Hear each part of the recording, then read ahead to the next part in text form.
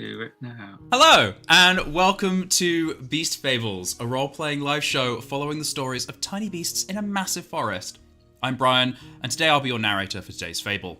I use he, him pronouns, and I'm the founder of Dungeons on a Dime, a publishing imprint creating entry-level tabletop role-playing content.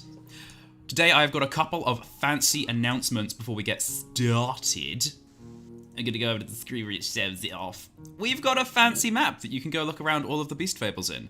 It is a massive world that we have built together, and you can explore it with us. You can drag the map around, you can click on locations. It's really cool and stuff. I also have a Kickstarter, Vice and Virtue, that is currently running. It's got 9 days left, and it is for the rules of Vice and Virtue that we use on the show. Hang on, the things aren't showing up properly. I'm going to reload the page. Hooray! There's videos you can click on, you can see all the rules, you can download the rules that we use to play the game of Vice and Virtue, the sort of the storytelling aspect, all the fun stuff. Yeah, also, a book that we all worked on in the Red is available in stores. You can literally just go buy it. It's in the world. It's called In the Red. It's an entry-level campaign. Fraser did the cover artwork.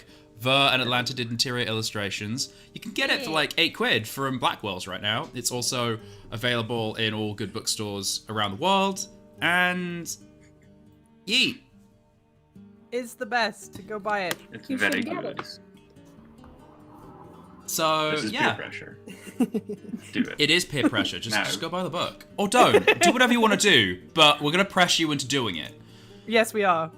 We'll send tiny beasts after you if you don't. Yeah. Today I am joined by peer pressuring tiny beasts, whose names are Fraser, Ver, and Atlanta. We're playing Beast Fables. These are my guests. These are my little beasties. We're going to start with Ver, who is player Balthazar. Ver, would you want to introduce yourself? If you don't, that's fine. I would, in fact. My name is Ver. I use they, them pronouns. I am an illustrator and comic artist. And as Brian had mentioned, I will be playing Balthazar of Blueberry Pond, a very brave toad knight and not a very bright toad knight. Yay! He's the only one we've got, and we love him. Mm-hmm. He's certainly one of a kind. Uh-huh. Then again, actually, most of the toads are a little silly, but... Except the Mud Furies. I feel like Mud Furies are just the toads that are serious. They're the Terminators of the toads, yeah. They're Toadinators. Toadminator. Toad? No. Toadinator. Toadinator. We're in a weird mood today. Sorry, audience. I know. Moving on to Atlanta. I don't have a segue. Atlanta, say hello. Hi. Hi, I am going to laugh my way through this intro as per usual. Hi, I'm Atlanta. I use she, her pronouns. I am playing Pipistrelle, our intrepid little bat rogue who, as per usual, is getting herself into trouble. As if any of you tuned into the last week's episode, it was a very Pip-heavy one, and big shenanigans, big bads. She's a bad girl. I'm very disappointed. She's a good girl. She just makes bad decisions. Yes, she does. That's it. That is it. That is exactly it. I'm like a disappointed parent. I'm not angry. I'm just disappointed. Yeah. At myself because I play her. Moving on. We have the last and not the least, because actually Lutzen is the largest.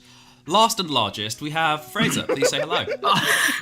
Hello, I play the giant mecha rat, Lutzen. Hi, I'm Fraser. I go by he, him pronouns. And I am playing Lutzen, the craft paw rat.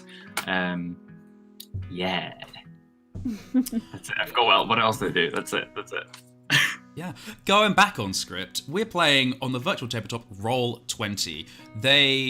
It's just this awesome website you can go to. You can play all sorts of indie systems as well as main known systems like Dungeons & Dragons. We're playing the Adventures on a Dime rule set today because I wrote it, and obviously I think it's the best. I'm going to roll the Balthazar's cunning die so you can see what it looks like. Oh no! That's a 1. Does that mean it's a hijinks. Technically, that means I should be doing the recap, but I think we had agreed that Atlanta's going to do it this week. I'm doing it this week because it was so Pip. We agreed off screen that it makes sense for Atlanta to do it, but I also feel it'd be really funny for Balthazar just to be like, today I went and got some soup, and then I went to bed. That's all that happened. I don't know what I did not go to bed. I was up all night anxious about my friend Pipistrelle, even though I'm sure she's fine and didn't get deputized by a tanner. You've got the most strange notions, Balthazar. But yes, Oh, you you're can roll really- dice, you can see the rules, everything shows up, it's really cool, you can add new jobs and have fun, it's just real good. Yeah, we love them. They sponsor the show, and they're the best. Hooray. Thank So, you. I think Thank you, Tommy. we'll get this show on the road. Atlanta, do you want to remind us of what happened last session as I transition into some slightly more serious music?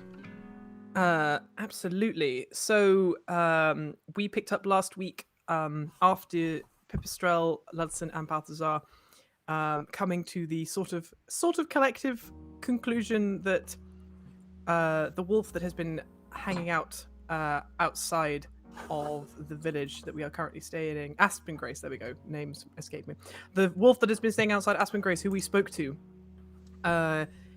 we find the wolf deeply suspicious with his cloak and his ability to kind of write in a sort of Braille-esque way. So after he left the village in the evening, Pip decided that she couldn't sit with that knowledge in her little bat brain. She needed to go and figure out what this wolf was about and what the hecky was going on. And with a sort of a reluctant blessing from both Balthazar and Ludson, Pip set out by herself into the woods, taking her first real flight since her wing has healed.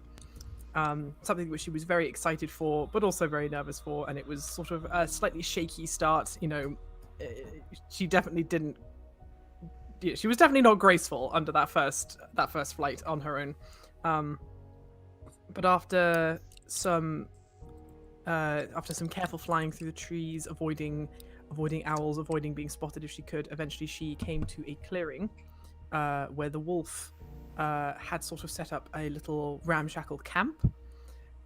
Pip landed in a bush nearby and sort of decided just to watch the wolf for a while to see what he did. He went and collected water in some sort of wax water skin, something similar to that, and was preparing food on a fire. And when I say food, what it was most likely was some other poor beast that this wolf had either been given or had killed. We don't know. And to be quite honest, Pip was quite revolted by all of that and was gagging. And I think at one point, Niddy got caught because she was like dry heaving with the smell. No, she was caught because she caught. thought that he went to sleep. That was it. So the wolf ate whatever poor creature he ate, and then Pip, deciding that the wolf was asleep, notice here that Pip decided, not the wolf, she decided to creep closer and have a look in his bag, just to see what the hecky he's about. Where has he come from? Why does he write? Who does he work for? Etc. etc. Of course But- she did. Of course she did, but whoopsie daisy, Pip is an idiot, and the wolf is definitely not asleep, and knew that she was there. A quick segue back to Ludson and Balthazar, who went to the sort of little local tavern eatery and had soup and had a whizzy jolly time, as far as I'm aware. I think they were worried about Pip, but mostly they were just like, she'll be fine. She's definitely not going to crawl into the camp. She's not going to hit any trees. The wolf isn't going to see her. She's so small. What could possibly go wrong? Literally everything. So we chop back to Pip, who has been spotted by the wolf, and there is a breathless moment of stillness where nobody moves, and Pip waits to decide to see what the wolf will do. Is he going to jump and attack her, or is he just going to lie there and she could leave? Whoopsie daisy, this is a wolf, and he was not best pleased to be spied on in the middle of the night. So he jumps at Pip, who very luckily manages to get out of the way. She rolls to the side. Pip gets incredibly lucky with some decent rolls for once. I think the wolf nearly catches me at one point. Because there was a lot of sort of jumping about, and Pip sort of leapt to one side, jumped in the air. The wolf tried to catch her in the air but missed.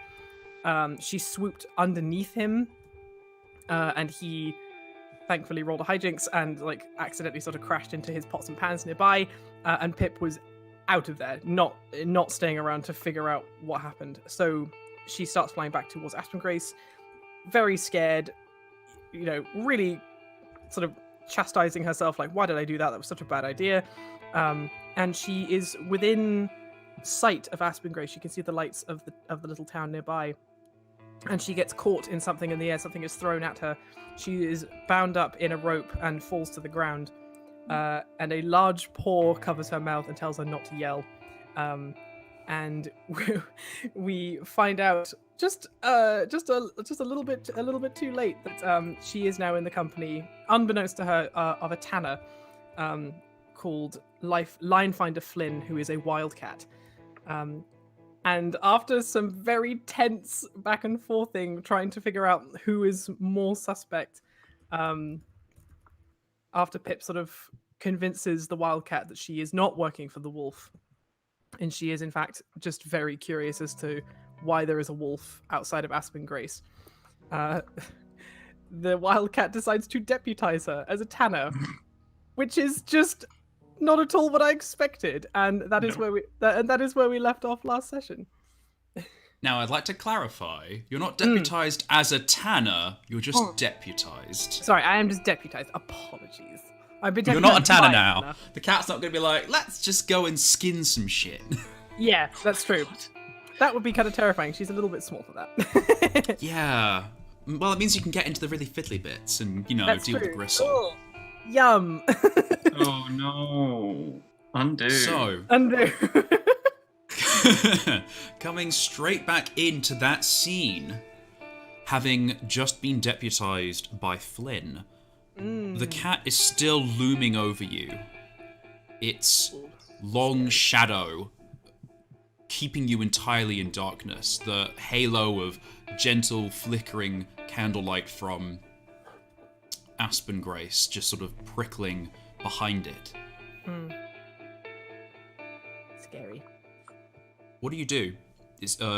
Flynn has just said, well, gotta deputize you then.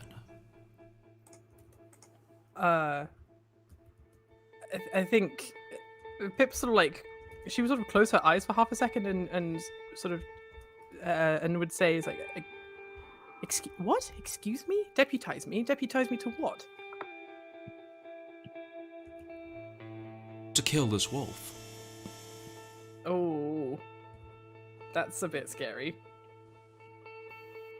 I think she's like super taken aback by this, and she's like, "You want?"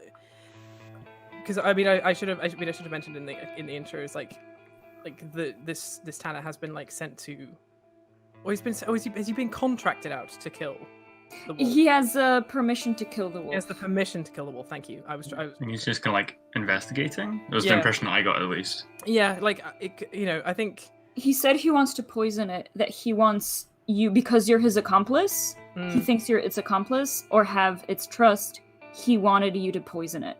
Oh, yeah, that's true. Ooh. I think that's what he said. I think that's kind of the gist of what he was saying. It's more just a case That of was the like, gist. that was the gist. I think she'd kind of answer that with it's like, do you not want to know where this wolf has come from, though? Who he might be working for before you kill it? Working for? Wolves don't work for people. Have you ever met a behemoth before? She kind of Aside from this wolf. she sort of looks a little bit embarrassed, because I don't think beasts in this world can blush, so she kind of looks abashed and says, "Well, no, I've not met a behemoth before, but I mean, as far as I am aware, I've never heard of one that writes and wears clothes. Does that not seem a bit sort of, beast-like for a behemoth?" Have you ever met an ant? Small insect, scuttles about. There are ant farms in where I come from. And have you ever cared what an ant does? Have Have you ever Well- thought about an ant and its hundreds of friends skittering around and the effect you might have on its life? I suppose not. Have you ever eaten candied aphids? Yes. Well then, you're the candy aphid, and that wolf is a bat. I don't think Oh, it really dear. matters what it's working for or who you are. The issue is we need to get rid of it quick.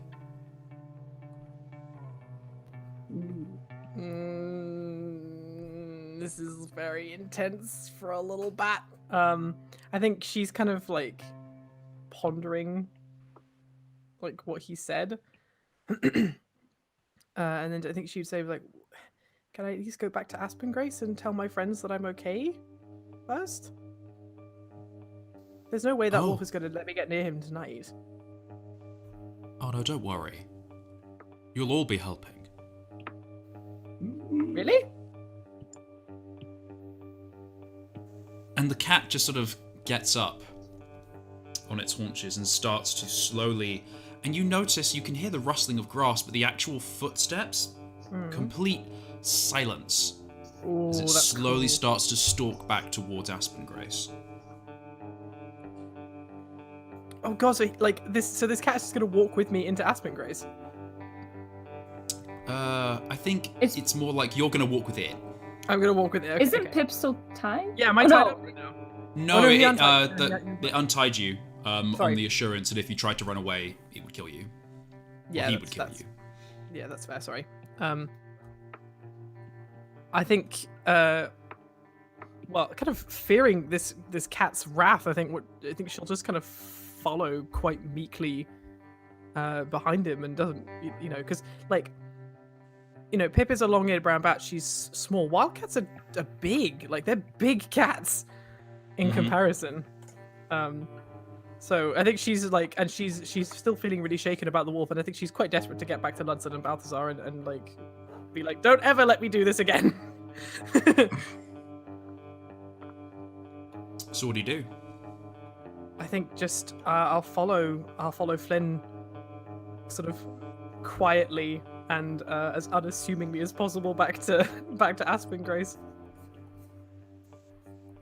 So you walk for maybe 10, 15 minutes, and Flynn doesn't say anything, and he doesn't look at you. Oh. He seems to almost be more of an illusion necessarily. His equipment doesn't make a sound as he moves. There's no clattering of. You see handles of what could be knives strapped under his arms, his armpits, almost. Kept out of the way, disguised by the brush of his fur. And he stalks on all fours, moving very quietly, or silently. It's as if he's a dream moving through the grass, rather than a beast that is in front of you. And you walk in silence unless you want to say anything for those 15 minutes. Oh, don't give me that option. You know Pip's just gonna be like, how many questions can I ask before he eats me? How many beasts did you kill? I think so he's walking on all fours then. He's not walking. Okay. I think she might sort of from behind him, obviously looking at that big because he's a wildcat, they have like that sort of quite short, like stocky tail. I think she'd sort of ask like, can I ask you a question? Flynn doesn't answer. Does he make any noises of indications that he is listening to me? Not necessarily. Okay. She sort of pauses for a second and then asks, why do you walk on all fours?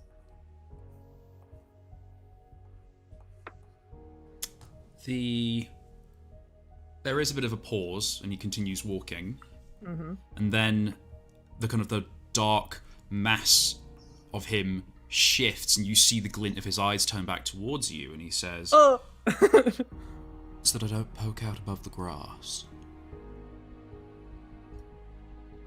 She's a little intimidated by those eyes, because, you know, they're cat's eyes, and they'll pick up any like refractions of light and be quite spooky. But she sort of, she nods like while he's looking at her, just so he knows that she's sort of recognized the answer to his question. And I think she is maybe a little bit too intimidated to ask any more questions. Very fair. So if that's how Pipistrelle feels, you walk otherwise for the rest of the time in silence back towards Aspen Grace. I think And you so. pull up close to the under the riverbed area where the rabbits live. You pull up close to there into shorter grass, and Flynn sits on his haunches, and you kind of draw up beside him. And Flynn just says quietly, a little kind of purr rumbling in his chest, he says, "Go get your friends. Meet me here." Oh, okay. How long do I have? I don't know. How long does it take to walk up a set of stairs? Oh shit. Sorry for swearing. I think again Pip is just like, yeah, all right, she's not like she's not gonna mess with this cat. She's way too scared of him, so she's just gonna like skitter up the stairs towards Balthazar and Ludson. As you're walking away to go into like the kind of the town, Flynn does say, "We don't have all night." She And then you sort kind of go up the turns. stairs. Yeah, she sort of turns back to again, just like to nod at him, but like won't say anything else. She's spooked. And as you're going up the stairs, you are reminded of their size and realize that Flynn probably couldn't fit up these sort of very small, in comparison, staircases and floors and stuff like that. That makes her feel a little bit safer. Not gonna lie. It's not like cats are really good at jumpers or climbers. Oh no, But I think cats are really good climbers. They're just really bad at getting down again. Yeah, don't remind me of logical things. Pip is mega scared, and she's like, I can sit in these stairs and be safe. You definitely can't get me here. But yeah, she's gonna go back upstairs and try and find Ludson, and like as soon as she's kind of out of like Flynn's range of vision, she she starts like running up the stairs. And I'm gonna say it's maybe like it's before dawn. It's very dark. Aside from the occasional lit lantern, there are whole parts of the town that are just completely in darkness. You do occasionally pass by, say, a window or a doorway where there's a crack of yellow warm light coming in or coming out from a candle, but otherwise, the whole town is asleep. And you scramble up the stairs. You pass a hedgehog guard that is asleep on a stool, leaning on a pike. Oh my god, amateur hour. And then go further up towards the town hall, where the doors are closed. But there is... I don't know, Balthazar, have you kept a candle lit? Or any kind of... I assume you probably got Icky Lucky out. Yeah, I think Balthazar, because he would have set up a chair next to the window that Pipistrelle left from, and would have had Icky Lucky's like curled up on the windowsill as a little light, and he's asleep in the chair, like arms crossed. Like he was trying to stay up, but he did start dozing off, and he's by the window. Mm-hmm. That's adorable. Oh my god. Because he's waiting as for a her to come note, back.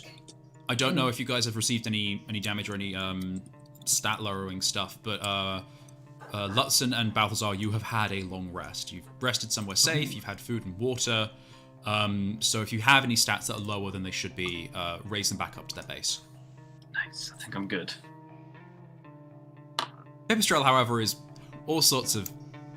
I'm all battered kinds around. of... You're I'm all bugged out kinds of... and stressed. She's battered. I am. Oh. I'm currently at a D4 and a D6 for vigor and willpower, which is just it's just bad. It's just bad. That's really not good. No, it's really not. I need a long rest, but there we go. Never mind. That's what you get for sneaking out. Oh my god, I know, right? This is exactly what I. This is what I get for snooping. You tiny little rebel. Mm. Oy, oy, oy. So I think if Pip is kind of at the top of the stairs and she's found like the door to the room, she just sort of very gently like push it open and see if Ludson and Balthazar are awake before she like comes like crashing in. There's like the metallic clunk of like the door catch opening, but the hall seems simple but well cared for. There's no squeak as the door opens. Okay, that's all right then. So yeah, she'll go into the room and like, yeah, see how it is. Well, Balthazar is on that chair, and if the door didn't make a lot of sound, I don't think he has the vigilance to wake up. Though then again, he might be in a very shallow sleep because he's worried. That's true. I don't know if I need to make a check for this, or if I can just narratively decide what happens on my own. Yeah, you can narratively decide. There's no serious outcome to Yeah. this part. Yeah. So I think when maybe like Pip slips into the room, and when she closes it, there's the clack of the door latch. Catch, yeah. And he kind of like, wakes up like startled, as does Akila. She kind of copies his movement a little bit. And he turns around because he's expecting Pip to come from the window. He's kind of what? Oh! Pipistrelle! Pipi! Wake up! I'm so glad to see you! And he's gonna whap up over to Pipistrelle and put his hands on her shoulders, like, because she probably looks pretty beat up, like she got knocked out of the sky and everything. So he's kind of like, what happened? I'd ask if you're all right. I'm glad that you're here, but you don't look. Did that creature hurt you? Damned wolf, no honor of a knight. She's so relieved to be back in the room with Balthazar and Ludson. Like, you see, like there are little tears in her eyes because like she's been like so scared and so stressed, and she also puts her hands on Balthazar's shoulders and says, "Oh, my dear friend, it's so good to see you." But, like, kind of tired and like emotional and like Well, I think he can. I think Balthazar can see this, and he's just like, come, sit down, rest. You poor thing, I can't imagine what you've been through. And he's gonna like start just kind of moving stuff aside so she can sleep. He's gonna get a blanket so he can drape it over her, or not sleep, so she can sit rather. Just kind of making her comfy. Yeah, I think Watson's kind of like just coming to, like, he was out. Like, he was out. Bless him. Like, once he's gone, I think he's gone, like he's a heavy KO'd. sleeper. Yeah, heavy sleeper. So he's kind of strewn about things all around. So he's just kind of like moving things out of the way, trying to like just clear the space a little bit for Pip as well. Oh. And just attentive, but still waking up. Like, there's a lot of sleep in his eyes still. Oh, bless him. Oh my god. Let's put some tea on. Oh yeah, some tea. I think I've got some tea in here. He's gonna start rummaging through and like trying to find a kettle. There's no kettle, I imagine, in the room. I don't know why I imagine we might have one. They might like a little flame and because this is like a little living quarter. Well, no, it's the town hall. So I feel like they'd have like some refreshment making capabilities, but it's not a like a bed. hotel room. It's not a hotel room. No, this is like a city council hall. So you've got like benches and seats to sleep on and stuff like that. I had misunderstood that we are like in a little quarters in the town hall that would like belong to an office worker or something. He just gets the little Nespresso machine, just presses the button and like. You want a cappuccino, or are you after more of a latte kind of thing? I think she needs a few shots of espresso. Oh yeah, sure thing. Coming right up. Get the steam one going. No. Yeah, let's not kind of scurry away and try and find like a refreshment or something. You could brew some the mint water you've or got. something. Oh yeah, the mint. Yeah. Oh, that's good, because mint's good for like kind of calming. Stress. Yes. You're just gonna shove it all in the pot, just cram all of it in.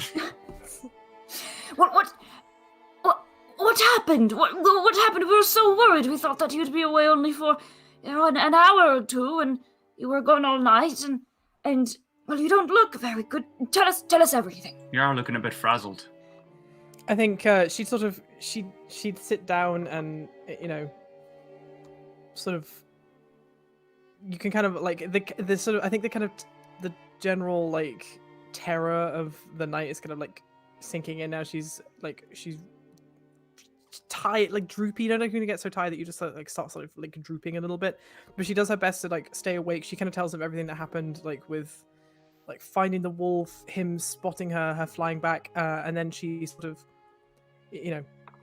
trying to skate over as many of the terrifying details as possible. I was gonna say, does she just leave out the bits that like she nearly got bit, like swallowed up whole? Does she nearly like how in depth does she go in? She goes in enough that like you kind of I think you could probably both easily get the impression like that something really bad happened with like near the wolf, and like it didn't go well, and she was in danger, but she got out of it and she's okay. But she like she's very concerned right now about this wildcat that's outside, and that's where she like is sort of trying to get to. And she sort of starts talking about how she was within Aspen Grace's sights, and then like something hit her in the middle of the air. She got thrown out of it. This cat, like who sort of came out of nowhere, thinks that she was working for the wolf, and that like you two were working for the wolf, and but he has deputized her to kill it, and then like she gets to the stage where she kind of says like, yeah, this cat wants us to kill the wolf, and then she kind of like stops talking for a minute, and then she kind of she sort of after that pause she like looks at him and is like, he's outside. He's outside. Lutson's going to scurry over and like look at in the door, like just down the hallways. I don't really see him. Outside, Ludson. He's right. Out the window. I don't know. Actually, we probably wouldn't be able to see him though from the window. I don't. You wouldn't, because you're in the middle of like branches and trees and buildings. You don't have direct line of eyesight with him. Yeah. Well, thank God, because we've only got enough tea for yourself. She's gonna start like gulping the tea. Well, yeah. Well, you said that this cat is a what? A tanner? What is that? I don't know. He's got this funny armor on. It looks like wood. I don't really know what it is. That's entirely not functional. That's very strange. Would Watson know what a tanner is, Brian? Being like from like not a big city, but more of a populated area. I don't know. Make a cunning roll for me. I don't know. Because he's kind of involved. I want to see how much you know. Yeah. Did you say cunning? Yeah. Just a straight cunning roll. Okay. Well, a 7's not bad. You know who the Tanners are because occasionally a Tanner has escorted significant projects for the Craft Wars during the Boer War. So you know who they are. Hang on, I'll repeat. You know who the Tanners are as a guild, what they do, and their reputation, because they have worked with the Craft War Guild before for significant projects during the Boer War. I see. Okay. So what's not going to explain what a Tanner is. I've never really encountered the Tanners myself, but I feel they've worked with the Craft Paws before, mainly for the Boer Wars. They're kind of like bounty hunters. They kind of go out and deal with beasts or deal with behemoths. I've never really met one, so I don't really know quite exactly what they do, or how they go about it. But if they want us to kill this wolf, I guess that's what they do. We'll kill this wolf, but he hasn't done anything. He's just a wandering knight. Also, I bet that if they strike down this behemoth, that will be a declaration of war. That's a good point. I didn't think about I'm not too sure how we really settle this one. Well, it sounds like this Flint, was it? Flynn? Flynn. Yeah. This Flynn fellow is just trying to get us to do his job. Did he say who sent him?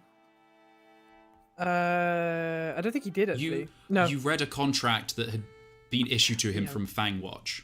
Oh, from Fangwatch. Fangwatch So I think. is an Odoak outpost over here Yeah. on the map. So yeah, that's what And she'd say. Before the Boar War, before these sorts of centers were needed all over the forest, this was the main congregation of different guilds that dealt with Beeboths. Mm-hmm. I see. Hence the name Fangwatch. That's pretty cool. I like the naming. I like it. Yeah, I like Fangwatch as a name. But yeah, sorry. Well, it's not only did he very rudely pluck you out of the air, you could have been seriously hurt. You could have even, well, something much worse could have happened as well. So not only did he hurt you in such a significant way, and he's trying to strong arm you into helping him just because he's a wildcat himself. It sounds to me like he is acting much like a behemoth would. Is he in much of a rush to get this done, or, do you have some time to rest? You're really not looking too good, Pip. He did say that we don't have all night. He wants us to go now. What? I think so. He's waiting. He's waiting downstairs. I don't know what to say to him. He's very big and he's very scary. Well, let's go all together down to him and tell him a piece of our mind. If there is 3 of us, we could stand on each other's shoulders and look a lot more menacing. I mean, we can try, but Well, we'll see. Pip, what do you want? I mean, I don't want to upset this cat, but I think we should at least talk to him and see what he wants and how we can help or not help, or I don't know. Well, here's the thing. I don't want to kill this wolf. He's a fine, upstanding knight. I mean, he's writing his book. He's not doing anything. In the writing. camp, you said Pipistrelle. He drank some water and made some food and read some of his book, his manuscript, and went to sleep. Does seem rather civilized, but that's curious for Behemoth. It's still not adding up. I still don't know. Well, have you ever met a wolf? Maybe that's just what wolves are like. I haven't met one, so I can't presume anything other than what this wolf is presenting to us. Just a fine artist and a fellow. I think you both raise very good points, to be honest. Maybe I just heard many tales. It's mostly where my knowledge has come from. Well, I have seen behemoths and boars, and they were nothing like this wolf. That is also true. I guess Let's at go the and very talk. least we should go and talk to him. Yeah, let's see what's going on. Are you okay, Pip? Is there anything I can do to try and help you at all? Well, hopefully, if we go and talk to him, maybe he will let me rest before leaving or making us come with him. I don't know. That's a good I'm idea. going to say, as the narrator, having the tea and sitting down and talking with your friends, this counts as a breather, so you can raise one of your dice by 1 step. Yay. Okay, I'm going good. put Up my to its vigor- base. I'm going to put my vigor back up to its full, to D6. Watson is just kind of gently massaging your wing or your back, Oh. shoulders. Is there anything I can do for you? Are you sure? Oh, you're such a baby. Oh, low-key measuring out your wings for Oh my god. replacements. No. Oh my god. Oh, Brian, we never really got a chance to just in the last episode, but at the marketplace, I don't know if there's still time for it, but someone to pick up another notebook or something to jot down. We didn't get a chance to do that, and I don't think you would have had a chance to go to a marketplace just yet. That keep makes your eyes sense. out in the future. Okay. The eyes are peeled. That sounds really painful. It's really not comfortable now. Well, if there's paper around, I feel he would have scavenged some from in the town hall. I'd Just say a little you bit, have, . for aesthetic reasons, you don't have a notebook, but you are you write on old pieces of just note scraps paper. and There's a piece of bark which has got some calculations on, but it's broken in half. You're able to write down and develop these sorts of things, but you don't have a notebook yet. Okay, that's fine. Yeah, that's fine. Yeah, there's notes just piled on top of notes and just squeezing in all the little gaps. Yeah. Okay. Never mind. Yeah. So let's go and talk to the cat. Let's go. Mm-hmm. So you go down the stairs, past the sleeping hedgehog, who is now fallen off of the stool and is curled up around the pike. Oh. You see the barest fringes of orange-red light in the distance, in the east. It is now dawn, because you've been speaking for a while. And that light disappears behind the trees as you go down from the top of the trees in Aspen Grace down to the base. And you see, patiently, unshifted, a forest cat sitting amongst the grass, 2 little pinpricks of light reflecting the candlelight of Aspen Grace. I have an You walk important over. question. Oh, sorry. Oh, go ahead. Go ahead. I wanted to ask whether his waiting stance, if he's loafed. You know, cats No. become loaf. He's not loafed, because a loaf would imply casualness. Relaxed. He seems poised, and More you've of a never really seen, sourdough. you've not seen a cat before. No. I don't think. Maybe Pipistrelle and Lutzen have seen cats, but I don't think Balthazar's seen a cat. But even so, you get the feeling there's a lot of energy coiled in this pose. I'm sure Balthazar's seen, like, maybe he hasn't seen a cat before, but I'm sure he's seen, like, other beasts, like, sort of battle ready. Yeah, well, because it's like a body language thing. Like, Yeah, you know, exactly. he has been in fights and stuff. He Yeah. knows his poison. It's not a casual. The language, the body language is not casual. Mhm. It's not Okay. relaxed. Well, Balthazar will go in the direction of the cat. Because he hasn't seen a cat, but, like, he's heard about them. Like, he knows that, like, oh, this must be it, because there's nothing else foreboding and menacing in the grass around here that I can see. Is there Yeah. a question as a rat in relation to a cat? What is the kind of relationship with cats and rats, cats and mice? Like, not to be, overly stereotypical.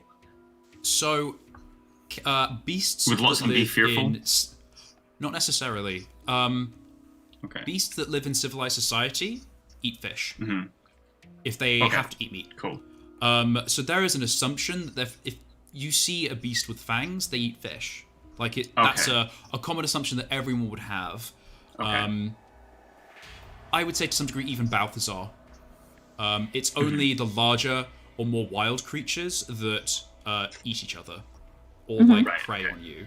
So like if you saw an eagle, you'd be like, okay, no thanks, that's gonna eat me, or an owl. Got it. But if you saw, like, an osprey or a sea eagle, you'd be fine, because they're both birds of prey that eat fish. Or, I mean, we've seen, they Though, could to be be like fair, a I weasel don't or a think you can tell marten the or difference. something. Yeah, like weasels and martens are different, but also I feel like if you saw an osprey or a sea eagle, you'd be like, "That's really big. I'm not going to go near it." Yeah, Because that's you'd fair. assume, That's fair. like, Just to get my yeah. head in the You're right not space. afraid, aside Yeah. from the fact that it's big. Okay, that's fine. Just curious. Are you Flynn? You stride boldly up to the cat. I'm going to say you get this impression like, oh, he's not very big, and then you get closer and you're like, oh, maybe he was just very far away, and you get even closer like, nope, he's quite large. Well, I just stalked with a wolf, so this doesn't make much of an impression on me. Oh, yes, indeed. That's So a you good get up, point. you see the cat, and you're like, oh, are you Flynn? And Flynn looks down at you, and the eyes lose the glint as they no longer catch the light in just that right way, and says, yes, you are? Balthazar of Blueberry Pond. I'm one of Pipistrelle's friends, and she has told us quite a story about your meeting and your intentions. Well, that gets the introductions out of the way. And the cat sort of turns its head and sniffs and says, you, rat, craft poor, Nice. yes? Ooh. Yes. How did you know? Stink Have we? oil. Ooh. Oh, well, that's a little bit rude. It's not that bad a smell. You get used to it after a while. Oh, it's not bad, but it is potent. Anyway, come. Fair. You called it stink. That usually implies it's bad. The Poor cat choice of words. just turns away from you and is walking away from Aspen Grace into the grass. Again with that Excuse slow, me? silent gait. Excuse me, we're not quite done. We're wanting to just talk a little bit more and just see what's going on. Yes, hang on a second. The cat keeps walking. Oh my god. It did say Me, sir. come, as in follow me, in case you didn't hear that, but like it's walking no. away into the darkness. So it said, anyway, instruction out the way, come, and just walked off. Oh, I didn't hear that at all. Sorry. yeah, that's just good. clarify. Okay, we'll start like chasing up after him, just like, excuse me. Yeah. Hello? Yeah. And go ahead. No, well, I mean, okay, do you want to chase after him? Because Balthazar would be like, wait, we have to talk. And he'd just, like, stay there. No, that's true. I suppose, like, is he gonna stop though? Because I kind of doubt it. He doesn't seem like the kind of. Well, okay, Yeah. if he doesn't want our help. I think Watson's kind of stuck in between, like looking at Balthazar, like So holding his arms in front of Pip, and between. So you guys are like, where are you going? And speaking and being quite loud. And the cat turns around and goes, we're going away from the other beasts. Now are you come, or do I have to drag you? Oh, that is a threat. Righto, as you were. I don't appreciate. This is a very poor foundation of the relationship between us. Far away from beasts. Well, what do you plan to do? Do you follow? The cat has continued walking away from Aspen Grace into the thicker grass. I think Watson just kind of looks over at Pip and like shrugs his shoulders, like kind of gesturing, like, "Well, do we go? Do you trust him?" I think Pip is gonna like. I think she'll shrug and then she'll just kind of start walking after the cat and like gesture Ludson and Balthazar to follow her. Hang on, Pip! And he's gonna follow Pip. He's not following the cat, he's following Pip. Oh, baby boy. I think she was sort of quietly. I mean, I don't know. I mean, he might be able to hear this. He's a cat, but like, I think she'd say, I'm so sorry. I didn't think he would be this. I just think maybe we should just see what he wants." Sure thing. We've only heard 4 words from him, so I trust your word more than his. Oh. She seems a little bit more heartened by that. So you follow the along, cat, maybe only a minute, a short walk away, deeper into the darker grass, and the cat, you kind of follow the trail through the sort of like grass that's being pushed aside by the passage of the cat, and you see that you've come to a slightly more cleared out area where there's just less grass here. And the cat is again sitting on its haunches, looking down at you, except now it's just a black silhouette against sort of like a very dark blue sky and kind of that black grass, if that makes sense. Mm-hmm. And Flynn waits for you all to approach, and then says, "Right, I trust that..." Hang on, quick question. Did you actually tell Flynn your name? I think you did. I don't think there was... Oh, I think she did, but I don't think she told him where she came from. No, you did say that you're a messenger from Odok. Oh, I did say. I think I did Yeah. just say I'm a messenger, but I don't think I told him that my name was Pipistrelle. That's true. Yes, you're right. Thank you, Ver.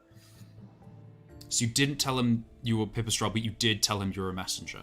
Yes. Mm-hmm. Okay. So Flynn says, "Well, I trust the Moon Messenger told you what's going on here, why I'm here, and Briefly, yes. all of that. Okay then. Well, as a Moon Messenger, as a craft poor, and as a blueberry pond I am, taking you in on this contract. You seem to have some kind of rapport with the wolf, and we need to deal with it quickly. Especially But we since have we've been here for 2 spoken. weeks. We have spoken with him once, just earlier today. I don't know if that counts as rapport. He did want to interview us, but I don't want him killed. He has done nothing. He's a knight. He's The an cat honorable cocks- creature. He has a beautiful cape. The cat cocks its head slightly and says, well, I would classify being interviewed by a wolf as rapport, seeing as no other beast that I know of has ever approached a beeboth and then walked so casually away. But as for an honorable creature, I don't really care about whatever it is that it wants. Its presence alone is a threat to this entire area of the Bristley Woods. Needs to be Well, dealt with. can you not tell him to go, or something bad will happen? I think that's what he's maybe trying to do, Balthazar. Well, he wants to send the message by killing him. I think it's more of a last resort. I mean, I hope it is. And he kind of glances over to the wolf, to the cat. Sorry. Flynn eyebrows looks down. Flynn looks down at you and says, "This is a last resort. You see, it's not just about the wolf. You do realize that a beeboth being here for so long sends a message to, well, all other sorts of creatures. We have to deal with it directly, and aggressively, and clearly. Otherwise, it sends a very, well, it sets a poor reputation for the area. It implies that anything else could just come along and be a nuisance." I see. It's. Sorry, go Watson. I'm not really sure what to think. I kind of agree that it's maybe not best to have him hanging around, and it seems to have, damaged their economy here. The birds aren't coming by, and a lot of people are skittish and worried. They don't really want to leave their homes. But at the same time, I don't know if killing him is the best thing to do. I mean, we're just He's a tiny. We knight. can't do anything. What if his order gets angry and brings back reinforcements as a revenge? Watson's going to lean into Pip and just say, when are we going to tell him? Oh, I don't know. Maybe never. How do we tell him? Yeah, honestly, how do you tell him? Well, I think one of you told me that wolves live in packs. What if the rest of his pack comes by to take revenge for somebody who assassinated their friend? That is a good point. That is a very astute point, to be fair. The cat pauses to consider this, and then replies, "Well, what I know of wolves is they do live in packs. However, this one is not in a pack, which implies it has deviated from whatever familial connections it has. Furthermore, if this wolf is disposed of quickly, word does not need to travel that it was here that it died." So we could almost lure it away, or. Well, the thing is that, see, okay, I agree with keeping the place safe. I have fought in the boar wars. If this was a boar, I would be first in line to try to get rid of it. But boars were just mindless behemoths who would trample and destroy. This creature, this wolf, he's writing a book. He's people. Mm-hmm. I once met a very nice florist. An otter, of all things, grew marsh reeds and little pansies. He also ate 7 families of shrews. I don't think mind comes into it. Watson's jaw just kind of hangs open a bit there. Yeah, Pip's eyes are really quite wide right now. Well, you met this florist, and I presume What? you were their end as well. Yes. Don't worry. No, just It wasn't any random work. It was contracted. All of the work I do is contracted. See, you're worrying about the issue of, well, this wolf, and it appears to be writing a book, or whatever it is that it wants to do. We all have free will. It chose to come here, and it chose to harass an entire town for 2 weeks. And now, the officials at Fangwatch have equally made the choice, with all of their experience and history, to dispose of it. To be fair, it does seem he has maybe outstayed his welcome. Well, And no, I there may don't be think... there may be a peaceful revolution, Balthazar. We might be able to get him to move on, and things will be fine. But Well, that, yeah. Well, see, that's what I'm saying is, Flynn here speaks of this being the final, the final straw of it has to die. But we're the first the first beast who even spoke to it. Nobody has even tried to tell it to go away.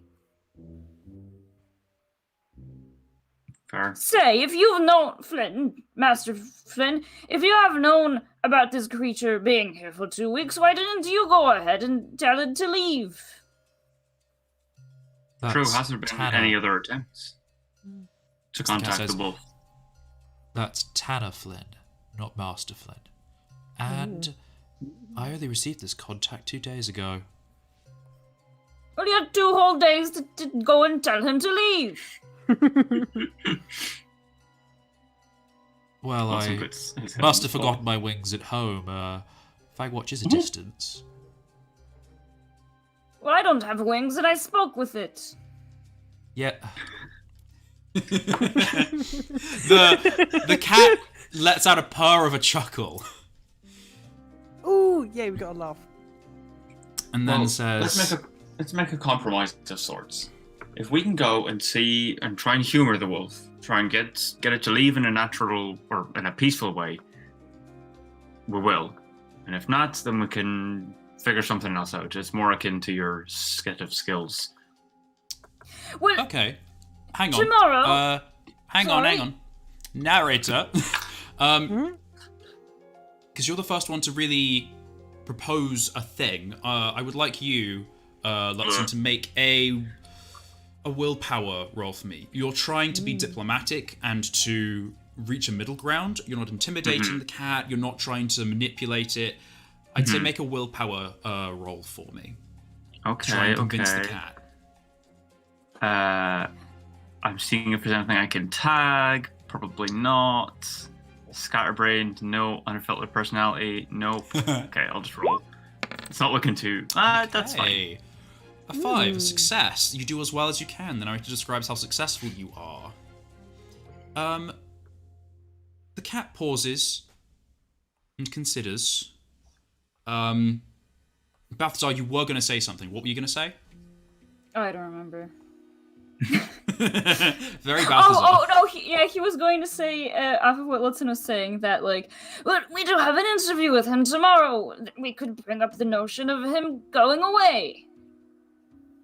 That's precisely something along the lines. We can maybe if we humor him, there'll be a way that he can kind of travel on in peace. He'll find suffice information from what we managed to tell him, and then he just moves on, and that's that. Because if he's not from here, he probably doesn't know that he shouldn't be here. So we can tell him answer the questions that he has, and then tell him, look, the way that things work in the Bristley Woods, which I'm also learning about for the first time myself, and I live here, so I can't blame him. The way that it works is if you are a behemoth and you're sticking around and scaring the beasts, that there will be someone with knives who comes after you. Yes. And it's not a threat, it's just how things go. Well, I am always open to adapting the plan. Now, here's the issue that I see, that I know from experience. One behemoth attracts others. Even if that behemoth leaves, we need to send a strong message that they aren't welcome. What's to stop some hawk circling above and seeing a wolf, just lingering, and then walking away, friendly and happy? What's to stop the hawk from going, oh, well, there's a nice little town full of meaty little snacks? Well, if the hawk... I will let you approach and try to deal with this efficiently. Though I ask that one of you goes and speaks to the wolf, and the others help me deal with a plan B. Oh, God. Well, the wolf, when he was interested in an interview, he asked me about sacrifice. That is something that I could tell him about, and maybe allude to something that he can do as well.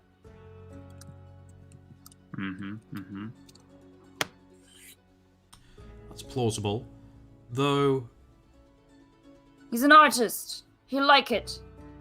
I ask, you all swear an oath to me, that if I have to kill this wolf, you won't impede me.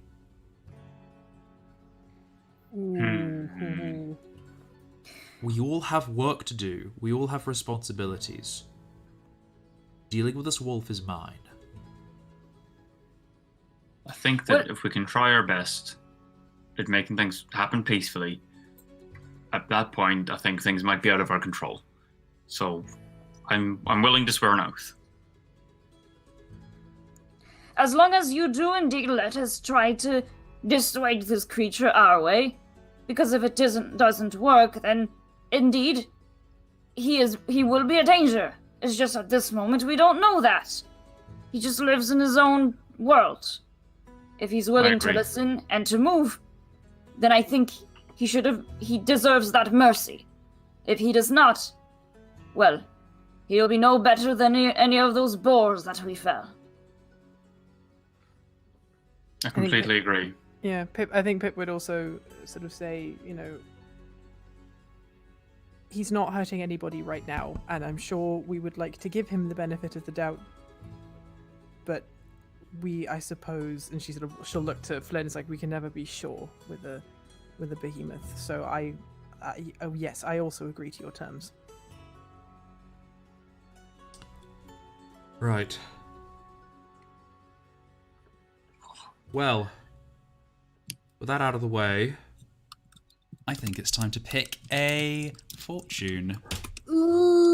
Oh. You have 3 fortunes for the following scene. Dull the ears, fill the maw, break the back. Fill the maw! Fill the maw. Fill the maw! I mean, low key, that's the one that is like, what the fuck? Because... Fill the maw! Fill the maw! I think I'm behind that Fill one. the maw! Well, I think we know how Ver feels. Yeah. I don't know if this means this is all very abstract, of course. However, does fill the maw directly mean one of us is going to be eaten? I don't know. I am Balthazar. I am inedible. Well, we're sending Balthazar in. Maybe Balthazar can do like one of those like old-timey circuses where lion tamers would put their heads in lions' mouths. Oh my god. Maybe Balthazar could just do that and then the wolf will go I like, will fill... his maw will be filled with fine words and thanks for a fine interview and a goodbye. I need to step away for 2 seconds, but continue talking. Okay. Okay, well, before we get too swept up in fill the maw, although even though that is... Let's discuss all 3. Yeah, okay, dull the ears. So, never apologize for your energy, it's so good. But Yeah, do not apologize, please. But dull the ears? Yeah. Is that either chopping off the ears? Is that, being quiet? Is that, I don't know, muffling the sounds of us fucking smothering and, suffocating this creature? Yeah, God, dull the ears. I silent. want to know. Yeah, is that sort of saying maybe that is just us saying to the wolf, look, if you don't push off, there is a tanner who has been contracted out, and he will kill you. What's that say? Yeah, what's that saying of something words fall on deaf ears kind of thing? Oh yeah. Is it something like that? I can't remember what the saying is. Words on deaf, something falling on deaf ears. Yeah, it's just words on deaf ears, right? Yeah, something like that. It's maybe they're just not gonna. He's not gonna listen. Yeah, because again, the tanner kind of made a good point of he is a wolf, and he will care very little for our kind of that's true. skitterings and mutterings. And that I mean, we have tried that before. The career in me is hell yeah. Mm-hmm. You gotta Oh get yeah. rid of this thing. Yeah. I mean, I think that's the thing is that we have kind of discussed, and like we have tried with talking to it peacefully, being like, look, your presence is making people uncomfortable. Like you're not really welcome here, and it's not responded to that at all. Like it just is completely disregarded or care for. So maybe at that point it is like, well, maybe we know us talking to it is not going to change its mind. Like it thinks it much greater, itself much greater than us and the rest of the beasts in Aspen Grace. Aspen Grace. Because Not, maybe well, it's not grave yet. Aspen Grave. No. Because I mean, it's sort of because I suppose like if we sort of threaten the wolf in the way, it's like, look, there is a tanner, a contracted tanner, and like he is here, and like he will come after you, and like if this wolf is smart, which clearly he must be, like he'll know what a tanner is. True. And he'll he's like a storyteller. Well, he might not know what a tanner is. He's been here for 2 weeks. Like, why would he know what a tanner is? I mean, I suppose that's true. But like, travels a far distance even. Because like, if he's like, I suppose if he's come down from the north, like maybe he doesn't know what a tanner is. But like, even if we had to explain, like this is like this is what we know of tanners, and like they're pretty gnarly. Oh, what, Fraser? Fill them all poison. Yeah, I thought that too, but I don't. Poison. Yeah. And then break the back. I mean, I guess we're probably not meant to like figure out the plot holes or like where these are all going, or not plot holes, where these are all going to go narratively. But like break the back as well. Poison. Like... Break the back is either like a all of these are fortunes from the Vice and Virtue system, and the purpose of a fortune is to give you a cryptic clue into possible futures. So any interpretation could be correct. It's up to you to read what these words could mean. Yeah. And decide which fate you want in store for you. That's true. Okay. Because dull the ears could imply that the wolf might not give a shit and will die anyway. Fill the maw sounds like we might be the ones killing it. But then like break the back could be more of like a threat, like an all-out fight between Flynn and this wolf. More forceful. A more forceful confrontation, and then one of them is broken or something. I don't know. Well, there's also the something is backbreaking, as in it is like a considerable endeavor. That is a very the straw that broke the camel's back kind of thing, the final straw. True. And to be fair, like, how is this wolf going to react if it sees me again? Like, that's Like, I mean, how much does it definitely know it's you? But it doesn't. Flynn said that one of us will be going to talk with him, and the other two are going to be helping with something. Yeah. True. So you don't have to go. No, I suppose. But also, would it recognize Balthazar is very keen to talk with. Unless I should go and talk to the wolf and apologize. But is it going to care? I don't know. My thinking is scary. My thinking is if behemoths are like the equivalents of like dragons, will it recognize you fully or like care that it was you? Like did it pay enough attention to you in the first place to realize it was you specifically? Well, when it saw you guys, it called Pipistrelle rat, and then when I said she's a bat, he called it was like the same difference. A bat. You're a ground bat. Yeah, yeah. I don't think it cares enough about the specifics of like us lowly folks to tell the difference. So it might not even know it was you. But anyway, I think probably Balthazar being poisonous or toxinous is maybe a good defense. It knew what I am, but also Balthazar is like genuinely keen to go speak with it. To find out if it's a fucking knight. Well, no, because he wants to talk about sacrifice, because he knows sacrifice, and I guess we'll see how we figure things out. But I'm kind of thinking of something for him, how he could talk to this creature. So I think we've kind of decided who's likely to go. I feel. But which the of these three do we want to go for? Yeah, Fortune. Yeah. Fill the maw is the one I want to go for. Yeah. I'm intrigued. Yeah, I think Fill the Maw, just because the wording of it again, Brian, just chef's kisses to you for making just too interesting. For all three, honestly. Yeah, honestly, they're all interesting, but I think Fill the Maw sounds like everyone's like super keen on that one. Yeah, Fill the Maw. We're gonna go with Fill the Maw, so I'm gonna type that. Fill that maw. Move that buzz. The light of the morning is slowly rising. Now the very tips of the grass here are dappled with the shadow of trees, long and stretched, and occasionally tips of yellow gold morning light, and the little bristles of fur on Beautiful. Flynn's ears are alight with the morning light now as well, as his head pokes slightly above the grass. And he looks down, and with his now more of a grey silhouette, you can see the shapes and colours of the stripes, but not necessarily any colour yet. He looks down and says, "Well, we're going to do this. It needs to be done to the best of our abilities, but also reasonably. My plan B is that you poison the wolf because you've built that rapport with him, and he won't. You have to do it just the right way. I don't believe any of you have the skill to gather the poisons we need, do you? I can make poison. Oh. Enough to Yeah. kill a wolf? Maybe I not mean, we in could the try thing. and ring you out, but I don't think it'd be too comfortable. I need to look presentable for when I go Would- speak with the wolf. Would Flynn lifts up his paw and kind of inspects his claws. He kind of pops them out and kind of inspects them and clacks them together. Cats don't have opposable thumbs. He does do the sort of the cat paw thing where they kind of, how cats can like grab things with their fingers. Yeah. He kind of pops out his claws like that and sort of inspects them and goes, "I will gather the poison. We will meet back here.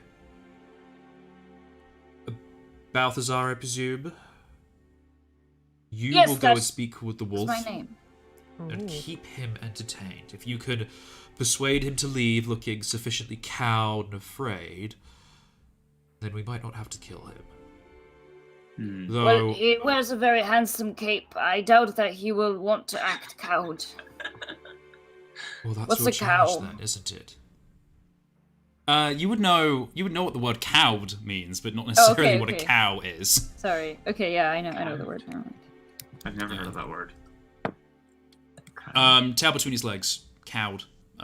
It's when your boss tells you off for doing something stupid, you're like, that's cowed. Oh. That the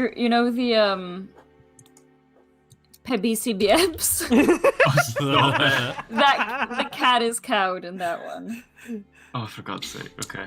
Cowed, C-O-W-E-D, cause someone to submit to one's wishes by intimidation. The intellectuals have been cowed into silence. Yeah, I'm gonna I've never intimidate heard this that word wolf. used in my life, but fair. I have It's now. also really interesting, a synonym of cow, because like you cow someone to make them submit to you, but also a synonym is badger, which it's it's a bad- two oh my animal God. words because you badger I thought someone. you were gonna say. Yeah. I thought you were gonna say that like the opposite of it would be like to be bulled, but then bullied. Bullied and cowed. He gets it. Fraser, So- you. English language. I've got you sussed. Okay, so Flynn says stuff. Flynn says, I will gather the poison. Pipistrelle and Lutzen, I presume your names are. That's right. Pip nods. You, to make this illusion feasible, I need you to go catch a fish. A fish. Oh, we'll have something up our sleeve. I'm sure we can do that. And he puts an arm around Pip. Like, we've got this. Oh, wholesome moment. Make sure it's not too big. Don't overdo yourselves. My thought is that we could lace this fish with poison and then you could present it to the wolf as some kind of offering or peace treaty, and the dumb beast will slurp it up and die. Oh. Sounds callous, but sounds like it'll work. Tanner Flynn. Yes. As part of my attempt to get this wolf out of the way, I wanted to tell it that it might meet its own demise. Just to inform it that that's how things happen in this neck of the woods. But I'm thinking that might interfere with your plan a little bit. Yes, that I would mean- be counterproductive.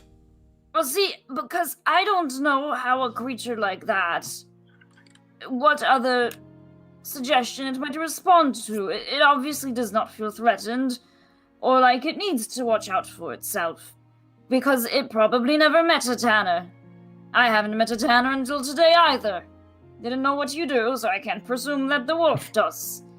So if we explain to it, well, things are a certain way in these lands, and someone like this might come after you, perhaps that would be a good motivator to leave. If someone told me they're going to stab me, I would leave too. But if an ant told you it was going to bite you, would you not just step on the ant or eat it? No, I would gently put it down on the ground. We have one advantage. The element of surprise. If you throw that away, everyone will be in danger. Use your better judgment. Balthazar. If you tell it that we might try to kill it, who knows what it would do to Aspen Grace? Maybe do not not know so why. I explicit. do not care why it has not wreaked havoc already, but its simple presence is an issue, and we must resolve it. Maybe not so explicit that we would be the ones to kill it, but maybe the threat that there are folks who may see that as the best way to be rid of a threat. Not that it's something in our faculty to want to do to him, per se. Well, I mean, to be perfectly honest, if this creature is a writer, I imagine it has a good sense of imagination, and it seems rather smart. I feel that if I tell it, oh, there's people who might not like you and be out for blood, and then the same evening someone presents it with a fish, well, I bet he already wrote a story like that before. Yeah, you're true. I'm talking rubbish. Of a clever poisoning. You could name it... I was trying to think about... Never mind. I had to Flynn move it one. Flynn interrupts you and says,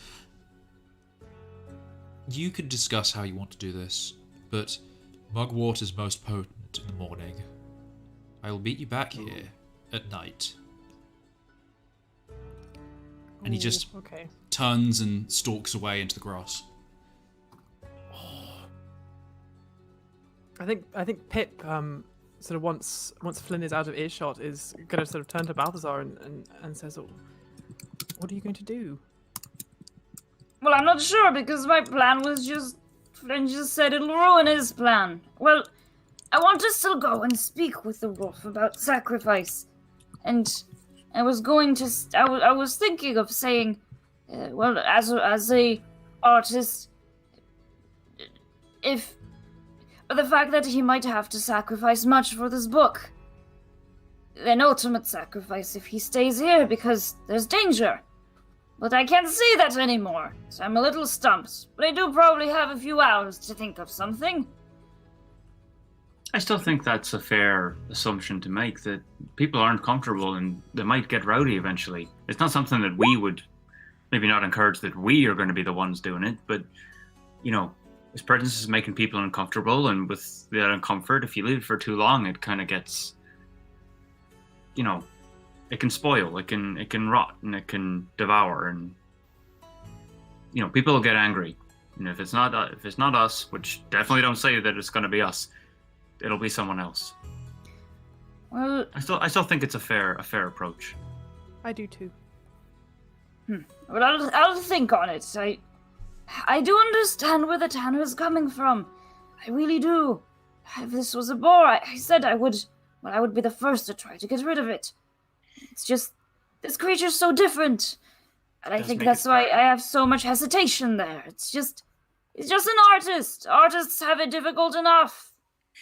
You don't have to be poisoned on top of everything. This is very true. It does make it a lot more difficult. If it was just being, you know, destructive and terrible, it would be much easier to make swift action, but yeah. Or even you're right. scary, that owl that we fought, Pipistrelle. It deigned itself a guardian of a place, but it was very unpleasant and toying with us and outwardly antagonistic. This creature, well, it did growl when you go up to its manuscript, and it pounce at you when you try to go to its belongings, but honestly, if somebody was sneaking up to my own belongings, I'd probably slap them on the wrist as well. I suppose. I mean... There is no doubt that he's a threat. just quickly out of character, Brian, would I have told them, or do you think I would have told them in detail what the wolf was eating last night? Well, you don't know necessarily what the wolf was eating. If you wanted to have told them that it was eating beast flesh, sure. Like, I'm thinking, so, like, I'm pretty like, I'm as far as Pip/me is aware, like, because I think I did clarify, whatever it was eating, it was not fish. I think, and like, I feel like that may have been one of the details that Pip might have skated over, the fact that like the wolf was eating something beastly. Yeah. And I think she might like pause for a second and before saying, it's like, she, you know, sort of wringing her hands slightly. You know, this, I don't know if this would help change anyone's opinion or decision, but that wolf, while she gestures to Balthazar, while I agree he's probably an artist or a writer, or, you know, it is still a beast eater, because I saw it eating, she kind of grimaces, like something last night, and it smelled awful. You know, and she kind of pauses for a second, but I don't know what it was, but I think it was something beast-like. It wasn't fish. I think this is a good opportunity to remind everybody of their boons from Vice and Virtue. Oh yeah. Depending I'm very on aware of your mine. depending on your bearing, vice, virtue, or balance, you get a special boon. Pipistrelle, you have an auto self success if you roll a failure. Lutzen, you can help someone else succeed, and Balthazar, you can ask a question about the consequences of an action you want to take. Oh, we have all bases covered today. Yeah, and also I think that's very, very, very, very good for Balthazar Agreed. to go and talk. Agreed. Having a question is very helpful, very handy. I Mm. do support this decision that Balthazar should be the bait. I mean, the one to go and talk. It is fine. It is fine. Toads are Besides- inedible. And they don't You won't taste very eat me. good. Exactly. We're on the same wavelength here, Balthazar. While I feel Flynn was maybe a little sort of haphazard in his address of us, he did make a good point, Balthi. You do seem to have a weird rapport, for want of a better phrase, with this wolf. Did it seem to respond to you more than it responded to myself or Lutzen? Well, I when did we think I was a bat. That is it knew that I am a toad, and once again a fellow knight. That's also a point of connection. And also, the thing is, it asked me a question. It wanted to know about sacrifice, and well, let's put it this way: I am glad that the two of you don't perhaps know as much about sacrifice as I do. I think you're definitely the expert here. Yeah, Balthazar. I would agree. Right, well, I think with that we should maybe get moving. We've got a fish to catch. Have you ever been fishing? No, fish are too big. Yeah, I didn't really think this one through. No, the only fish I've ever seen caught a minnow, and they're at least as long as my forearm. Well, How are we going to... We have some work to do. Are you going to be all right, Balthazar? Yes, Oh. I think I will be fine. Can Pip give him a Yeah. hug before Yeah, we Watson's- go? She's like really scared now, because like she had a Watson's- bad experience with this wolf, and she doesn't want him to True. get hurt. Oh, Watson's don't gonna put worry, an Pip. arm. Oh yeah, he'll accept all the hugs and hug back. Oh. Well, don't you worry. I am a knight after all. I have been up against much scarier and much more foreboding foes in the past, and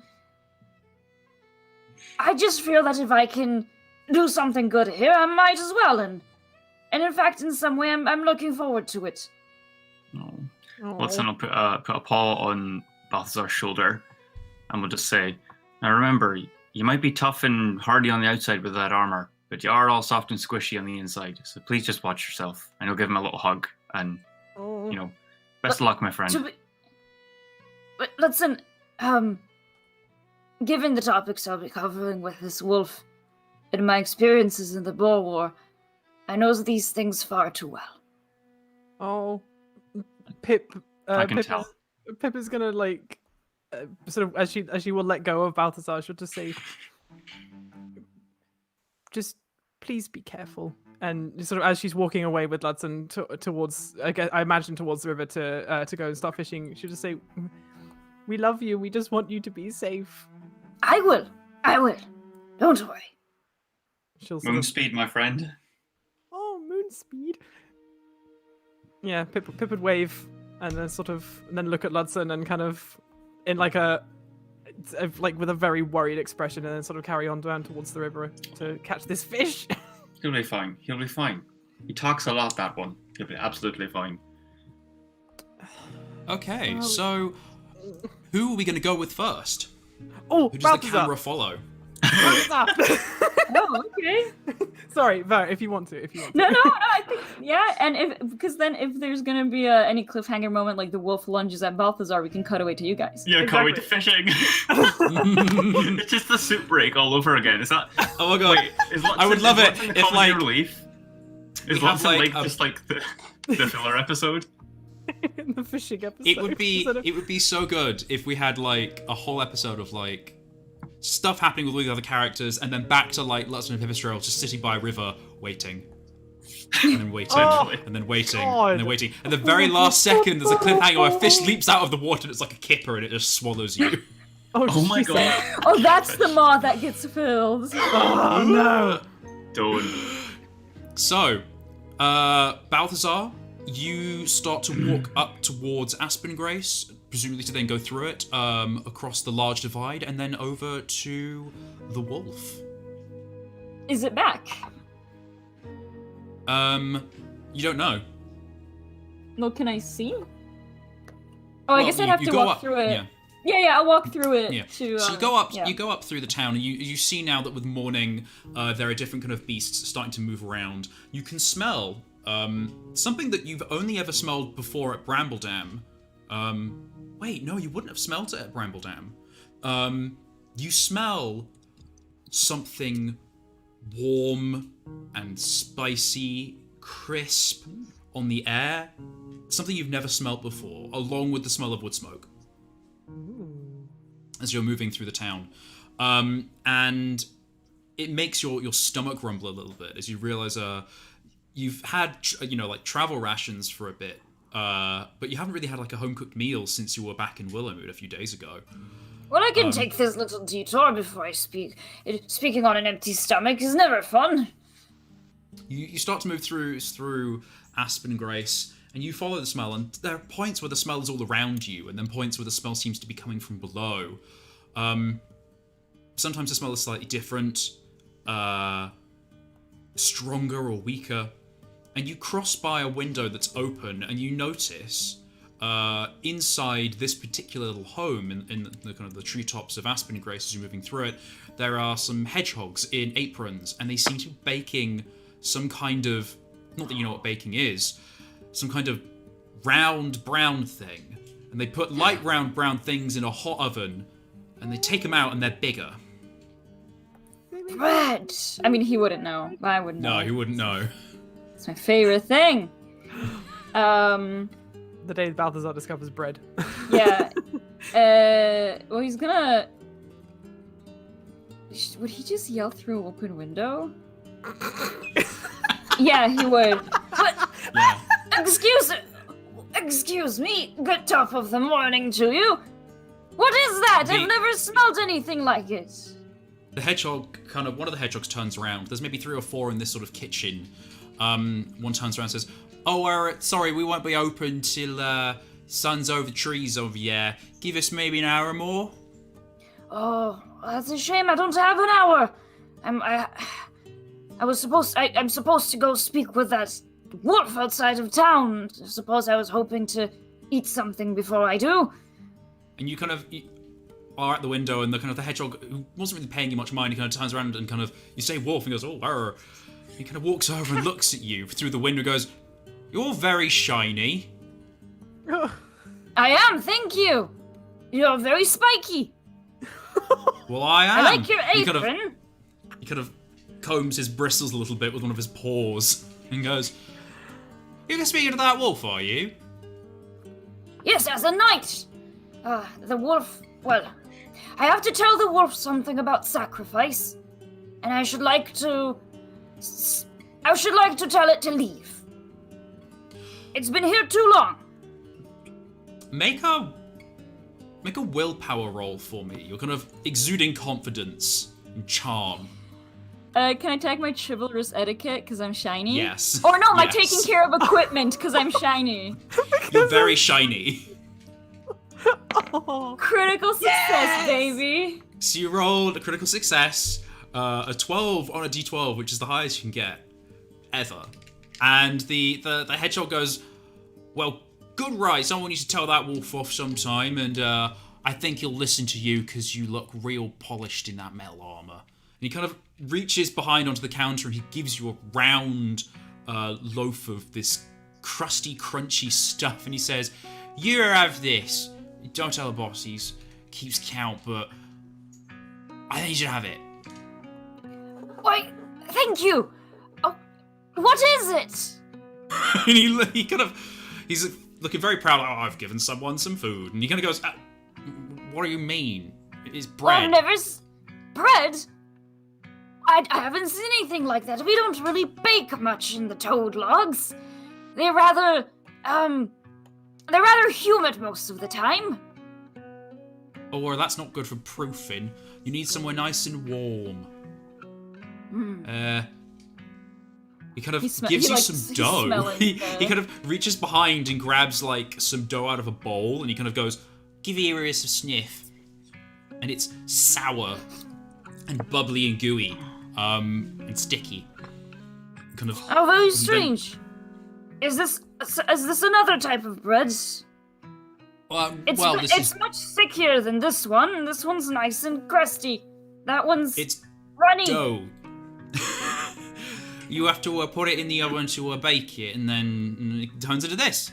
Anyway, I'll probably get back to it. You kind of slop some of the sourdough into a bowl again, and sort of like get some flour and rubs it in his hands, so he gets all the gooey, sticky stuff off. And he goes, Balthazar longingly looks after the raw dough because he'd probably like to eat it. Because it's gooey like slugs. Oh, yeah. And he says, you have a nice day, and you go tell that wolf what for, eh? Oh, I will. What? And he kind of like puts up the bread, like, you know, in like a bye towards it, like, thank you very much. Most generous of you. I can't wait to try it. My first bread ever. And he walks up. It is First bread ever. big. Last supper. It is. Fraser. I'm sorry, I couldn't No, not. I've been thinking that all this time, but it's good. Yeah, he's gonna break the bread with the wolf, and then the wolf is gonna stab him. I love the idea. The wolf is gonna eat you. Wolf just takes out a knife and is like, No, "Bread yeah, now." just like I'm a but the knife is like, you know, like it's appropriately sized for a wolf, and so it's just like as if a person just put a knife in a frog. Like it's just unnecessary overkill. I was like, oh, maybe we could poison the wine or the cider that we got. And I was like, oh no, the bread, the wine. Ah. Yeah. God. Anyway. I actually had a 12 toadstool apostle. When it's Balthazar is Jesus. Let's go. Let's keep going. But Jesus. So do you eat the bread now, or do you save it for the wolf? You know what? I'm gonna. You know what? This might be a nice thing to share with the wolf. Oh wow, that's brave. So you walk with the bread in your hand. You go to the edge, and you see in the distance. You kind of scan and look for a while, but you see the wolf is coming towards Aspen Grace. Oh, perfect. I'm sure he's hungry too. And Balthazar will briskly. He's gonna take out his banner as usual because it's official night business, night to night business. Mm-hmm. So he takes out his banner and he kind of holds it in one hand on his left side, and in the other hand he has like cupped the bread to his chest, and he's just like like walking forward. Oh my god. I totally believe that he's actually making that parumping as he goes. Yes, yeah. It's like a croaking thing. Yeah. So you croak along to the windmill, and you see, as you're approaching, you're noticing there's like a stream of voles leaving the windmill. Oh no. Well, we saw them go to the windmill last time, so this is they know what's up. Yeah, so you wait there, and maybe, we'll say like 15 minutes later, there's sort of like a vibration as this massive wolf appears through some nearby brush and trees. You see first his head approaching in the distance, and then his arm, like his kind of upper body and his tail, and then all of him just approaches, and he kind of sees you there, and pauses for a second. Balthazar like waves his little banner, like a little colored guard, so he can see me better. Hello! He's looking at you. And he walks over until he's almost pretty much standing over you and says, Oh my god. "You're in my spot." Oh! I do apologize. Well, let me move away. He moves 50 feet back. Like 50 foot paths. Yeah. Yeah. Paces. You just move out of the way, and he kind of sits down. He takes off his cloak, which is covered in droplets of dew. And he kind of shakes it out onto the flattened ground. He has around his shoulder sort of like this sort of the case that he keeps his writing in. He takes it off. He, with one paw, flips the case open, takes out the papers. He has the board also strapped to him, which he then flips out his head out from under, and kind of it falls onto the ground, and he organizes things. And he has a parchment, a fresh sheet laid out. He then grooms his front paws excessively, and then sort of lies down with his kind of paws crossed in front of him, and he's looking at you.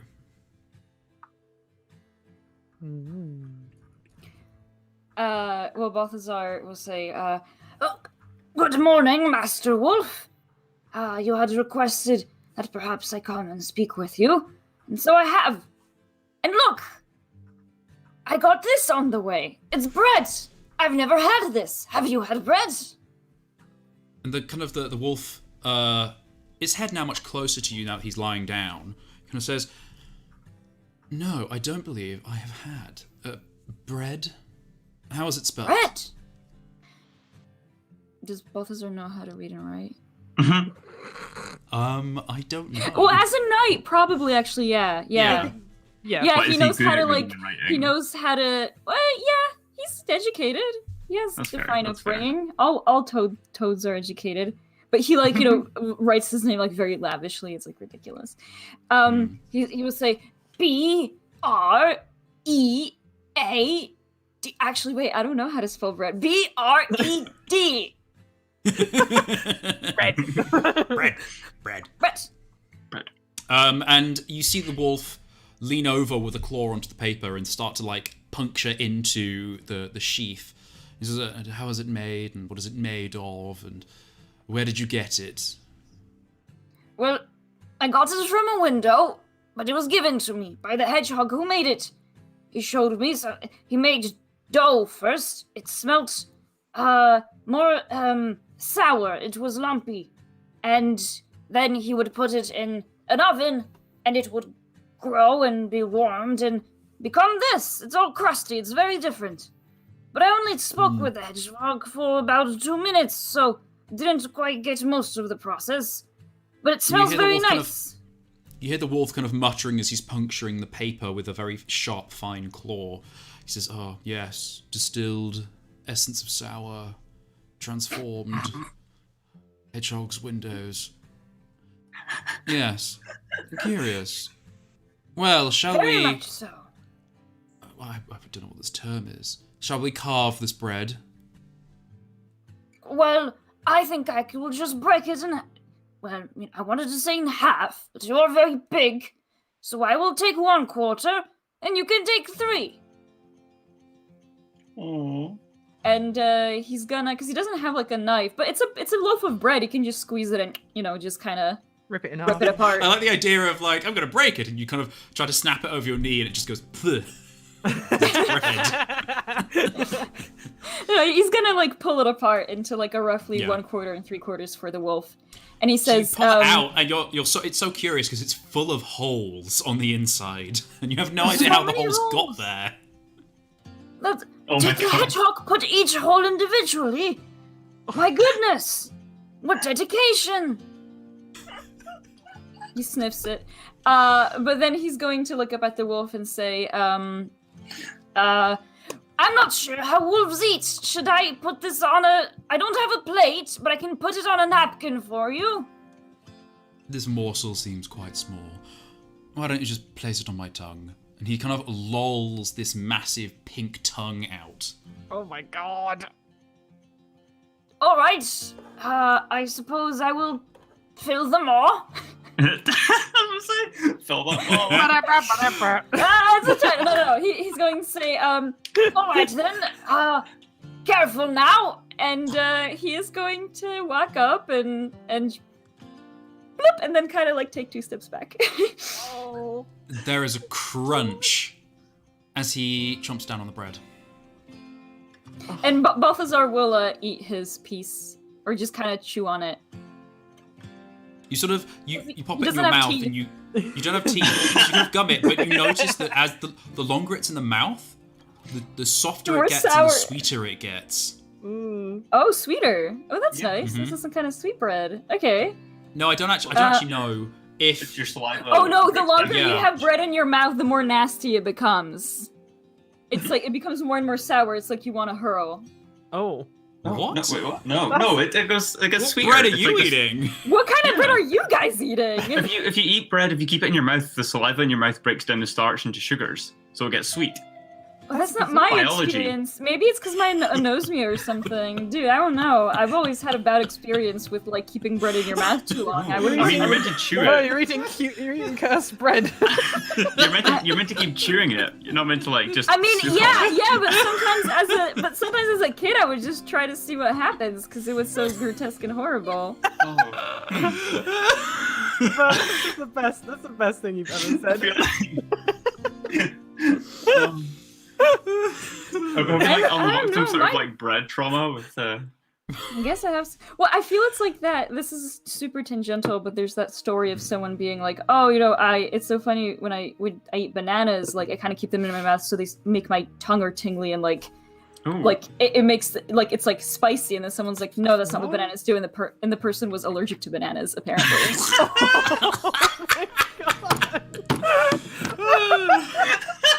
So I feel maybe I'm discovering some kind of very particular personal experience that I have with bread. But I love the idea of Balthazar just being like, pops it in his mouth and goes, "This is disgusting." Blech. Well, Yeah. I don't like This is bread. no, he'd Why just is it swallow it. bread? But I Oh mean, my if the normal experience of bread is fine, wait, and is I this just how we- haven't. Is this how we figure out that Balthazar is just like gluten intolerant? Oh. And he just like. We'd find that out like a few weeks down the line Yeah, that's when true, he actually. collapses. Oh my god. Oh, bless him. Brian, roll for my gluten intolerance if I have it or not. But yeah, so he'll eat the bread in an appropriate way that normal people experience it, unlike me. I have a critical bread success. I like it. Yes. You managed to critical chew bread. the bread without dying. Excellent. You were worried about the wolf's maw, but really it was Balthazar's maw all along that you should have been keeping Oh your eye on. no. Oh, dang it. We got it wrong. But I did it. I did it though. I succeeded vigorously at eating bread. So, So I'll say that he by likes the time that you have popped the bread in your mouth and sucked on it for a little bit and gone, "This is bread," you look up and the wolf has finished it. Like one gulp, Well, of course. He's switched so it around and big. gone. And then the wolf says, "That was rather strange. It was crunchy, like an insect." Oh. Yes. That is an experience that I know very well. And yet I desire more. The wolf likes bread. Well, well, if you've been here for 2 weeks, have Have you never smelt it coming from Aspen Grace? It lifts all around the town. I'm sure it wafts on the wind to here as well. I can't say that I... And he kind of suddenly moves his head close to you. You've still got like a fragment of bread. And he kind of sniffs. And you almost lose hold of the last bit of bread that you've got with the force No, of it's gonna go in your nose. And he goes, well, I believe I have smelt bread, if that is what bread smells like. I just assumed it was a natural odor. Well, many things smell nice, I suppose, but many of the things that beasts make smell much nicer. Perhaps something about putting your heart into it. This contains hearts. I'm curious. No, it's a... What? Hang on a second, I thought you were a writer. It's a figure of speech. To put your heart into something, it means you do it with yes, care. It's my experience that you and smaller things are much more literal than wolves. What? That's nonsense. We're very creative and artistic and like our metaphors. Curious. Well, See, shall we get on with our interview? That's what many beasts think about behemoths. It goes two ways, these stories we tell about each other, it seems.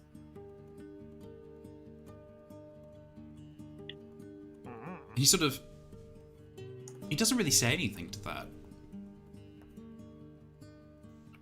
Fine, keep your secrets. No, that was me, Bert.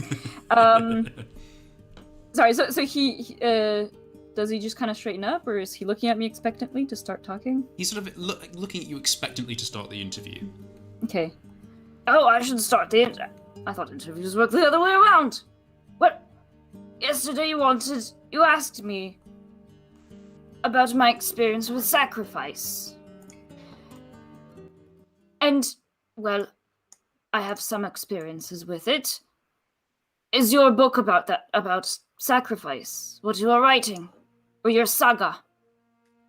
Yes, the saga is about how we beasts relate with one another, and the sacrifice we all give in our own way. You see, our lives here are fleeting. The sun above passes many times, but we're not always around to see it at the end of its journey. And I wondered what we give, in all ways, to live here. See, these, I believe they're called the Bristley Woods. There are many woods, and presumably with many names. The woods north of here, where I have come from, are very different. Beasts don't tend to live in trees like this, or if they do, they stay up there. It's rather interesting to see these sort of spiked pigs go up into the tree and then down again. They're called I wonder what hedgehogs. Curious. They don't live in hedges, do they? Well, sometimes they do. It depends where they build their house. Well, then I think I might call these tree hogs then. Maybe aspen hogs. Sorry. But why do you get to call them something else? They know who they are. I don't consider the autonomy of these aspen hogs. I might interview one someday. I'm not Be sure. interesting to see their perspective. You have a very strange approach to this saga, given its topic. You still seem to look down on the subjects of your interest. Well, this is only a minor chapter. The manuscript is currently known as Paws Gilded by the Blood of Beasts. There is a lot of... Well, I wouldn't call it fighting. Fighting implies that we want for territory and want to claim. But there is a natural struggle to things. Hunting deer and living as families, breeding rights, that sort of thing. And I'm curious to see how other beasts go about it, seeing as they are less inclined to eat one another. Well, many of us don't eat each other. There are As I'm beasts. seeing. where we make bread. Or slug jam, if you're a toad. That sounds utterly vile. Tell me more. Well, we have farms of slugs. And, when they are ripe, you bring them in and process them, and you make slug jam out of them. It's called jam, but it's more like a jello. I have a jar of it if you'd like, but it's very small. I'm not sure if you could taste it. It's very unique, though. It is both I have sweet quite and a sensitive salty. palate. I shall try some of this jam. How do you process the slugs?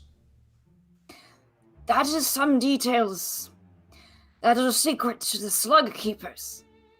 But I understand it involves... Well, see, there's different families who process them differently. They add different ingredients to this marinade, and it imbues the slugs. The meat of the slug, or the flesh of the slug. It's not really meat, it's, well, the jello, with different tastes and a different palate. So it really depends on what family you speak with. My family, well, we are knights, not slug jam makers, so these secrets remain with them. I'm sure I could find out if I asked, I just never did. I have encountered just a like- few toads before. I've never met a slug masher, so we shall have to set that up. Though... Well, No, I'm just curious. I feel like if I were to mush a slag, or mash a slug... Oh, no. Sorry, that's Brian. Brian struggling with his words there. If I were to mash a slug... It didn't even occur to me what those words could mean. If I were to mash slug, I don't believe it would turn into jam. well, I think it just turned to mush.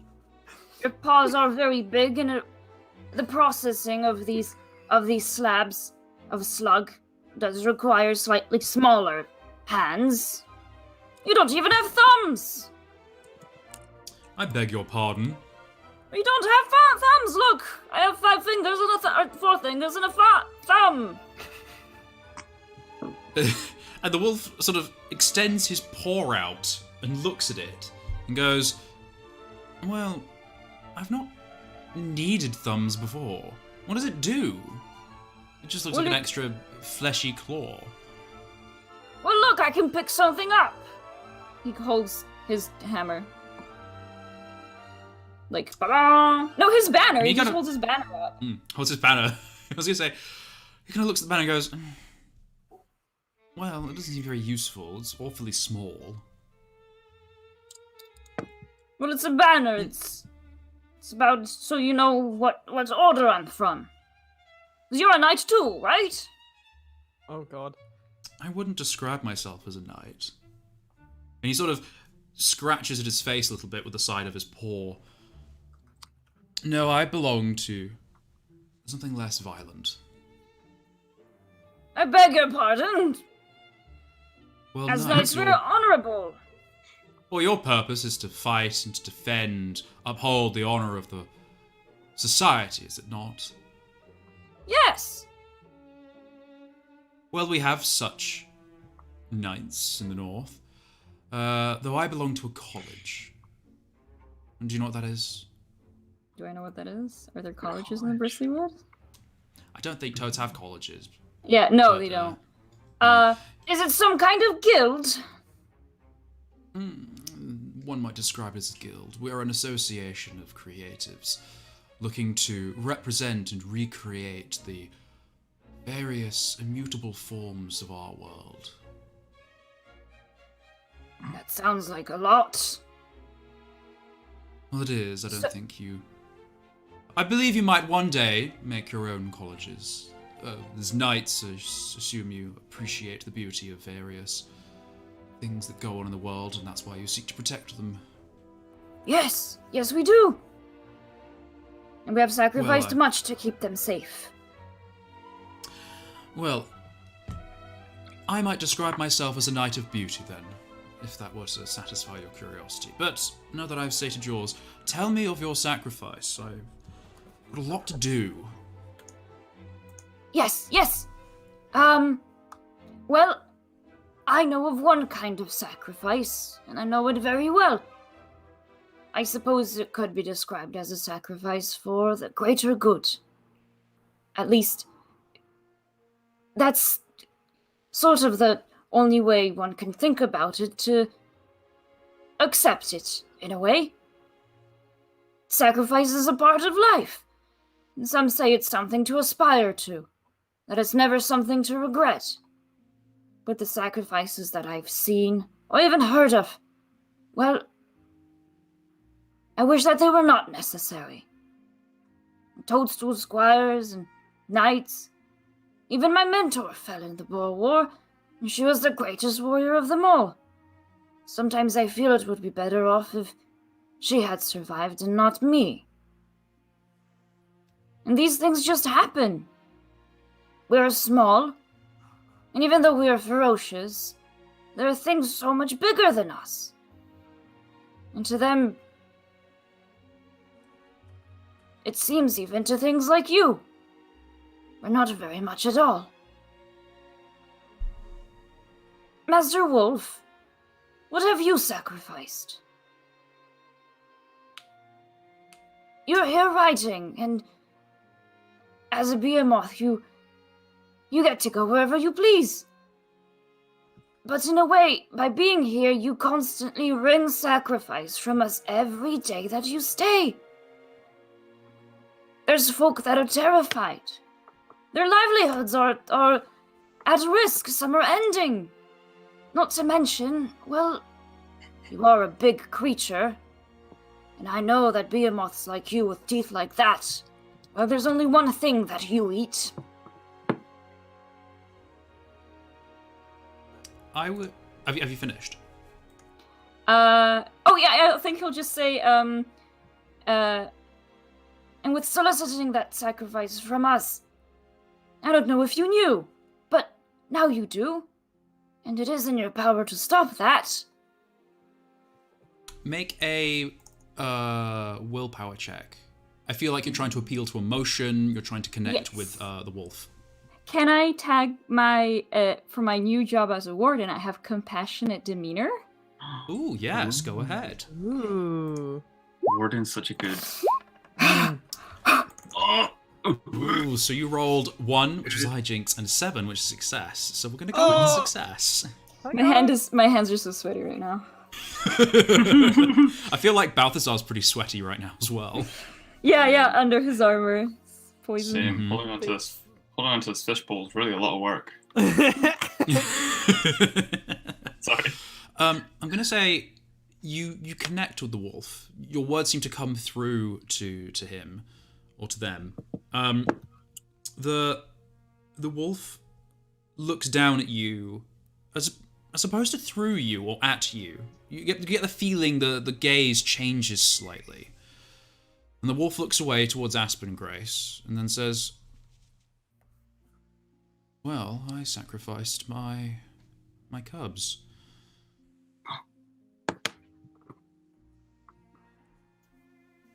What do you mean? Well, you can't have cubs in the guild. You can't travel with such young things, and they've got to be raised by more appropriate guardians. I've been away for them, well, since I gave birth to them. I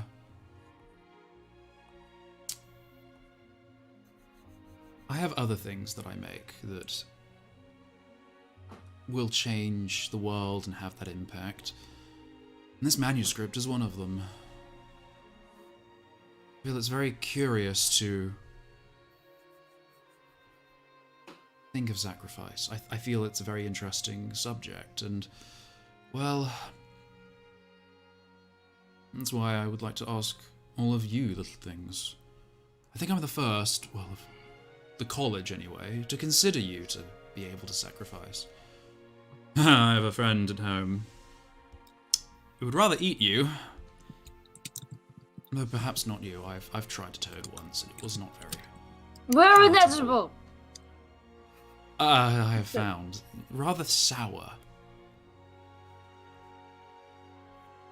And That's the wolf upsetting. kind of remembering a taste. It's very curious. Yes, I find All the it different curious lives that we lead. yes, you know that what you just said and did just made me think. That toad's entire sacrifice or life became a sacrifice so you could simply say how much, oh, you didn't quite like that taste.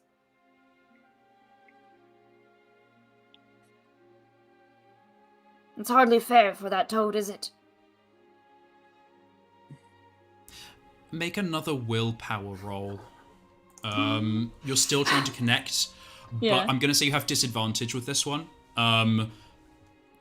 This is still an emotional connection, but it is much more Like, hey- confrontational. Yeah. I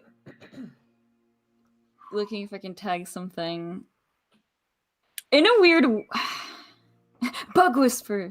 Whisper to the fleas on the wolf's back. In a strange way, can I kind of tag menacing in terms of like making her feel kind of guilty?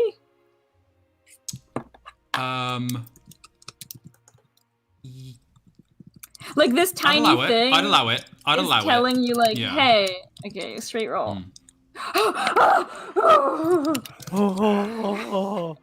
It's a success. The wolf pauses and then says,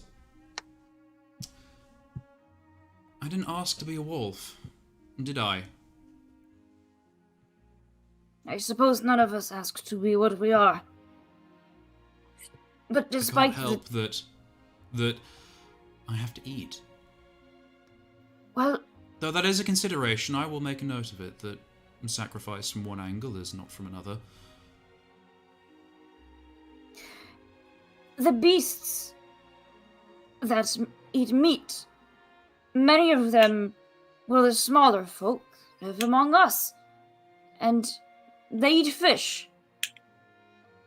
That's the compromise that they found to not be the predators that they could be. This is a choice that they make every day. Perhaps something to add to the book. Something to consider. Tell me more of this mentor you lost and the sacrifice they made. Her name was Lavinia. And she was the greatest warrior of the Knot Knights. Some rumors said that she used to be a mud fury. I like to think they were true. She certainly had the ferocity of one. She answered duty with grace and dedication. But when you're fighting against such overwhelming odds, it seems like not even that is enough. Much like you said, you never asked to be born a wolf. And we never asked to be born so small or to be beset by creatures so much more powerful and destructive. Ones that don't even seem to notice us. Nothing else but something to be trampled or eaten if they feel like it. And Lavinia had so much that she did, and so much to offer, and so much she could do. I was finishing I was her squire. I feel I never learned everything I should have from her. She was just taken away. Just like that. It could have been anyone. For some reason, it was her. In the grand scheme of things, it was a sacrifice. Or, I need to think about it in that way. We did win the war. We drove them all back. So every little beast that sacrificed itself was part of that victory. I have Rather interesting. I've not heard of this, though I've seen its effects. I've not actually spoken at length with another creature. This boar war. You seem rather erudite for a toad. Why did you not just speak with these boars? Oh, they would not speak. It's why you are so confusing. See, the behemoths that we would meet, they would not speak. They would not wear clothes. They were like a force of nature. Like if a storm, a terrible thunderstorm, was put into a four-legged body. Just enormous amounts of them, trawling through the woods, destroying everything in their path, for nothing more than to eat. It seems that they were only spurred with this gluttony. And they didn't care what they struck down.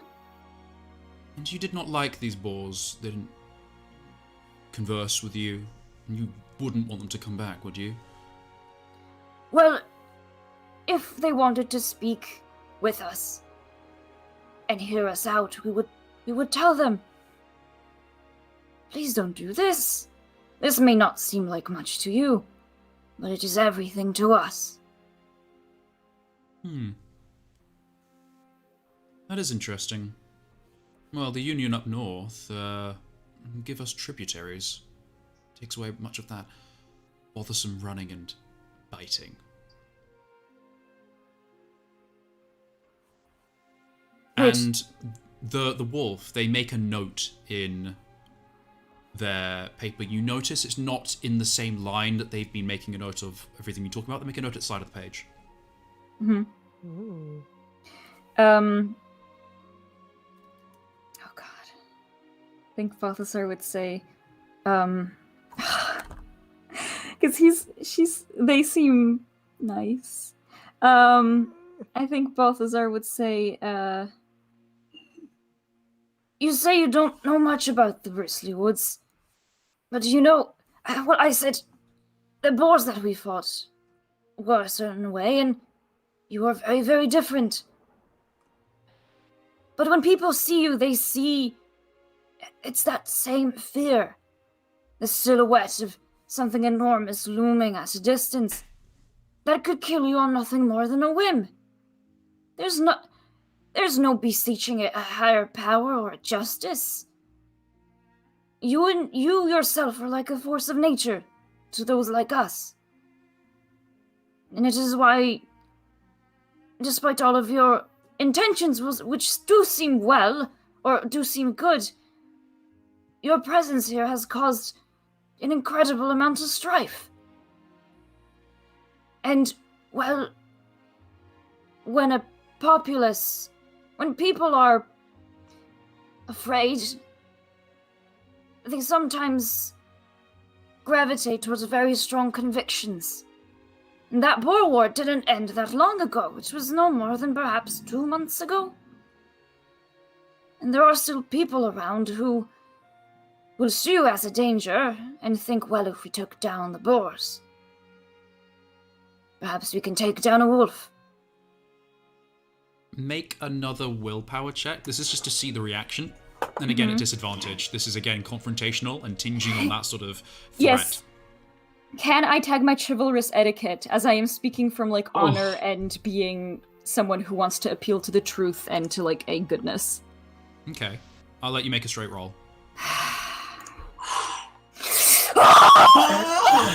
Oh, thank God! Oh my God! So, I want you to tell me what exactly it is you're trying to communicate to the wolf. In plain terms, Ver to Brian.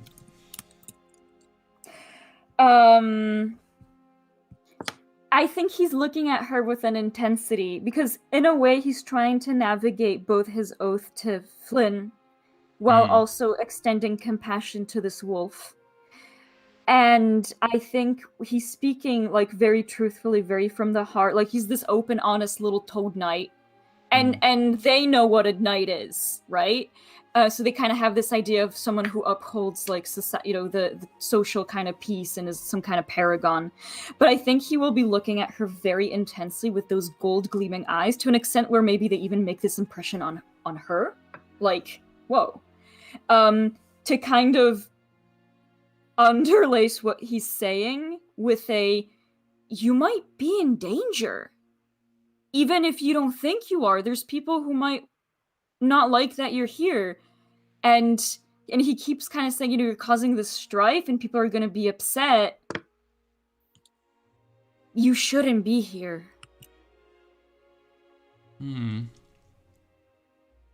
The wolf makes another note in a separate part of the page. And then says, well, it was a rather interesting interview. Though I would like to see the opinions of your compatriots as well. I feel that would add context to this discussion. Well, I'm afraid they're not really available. They did have to, had some errands to run.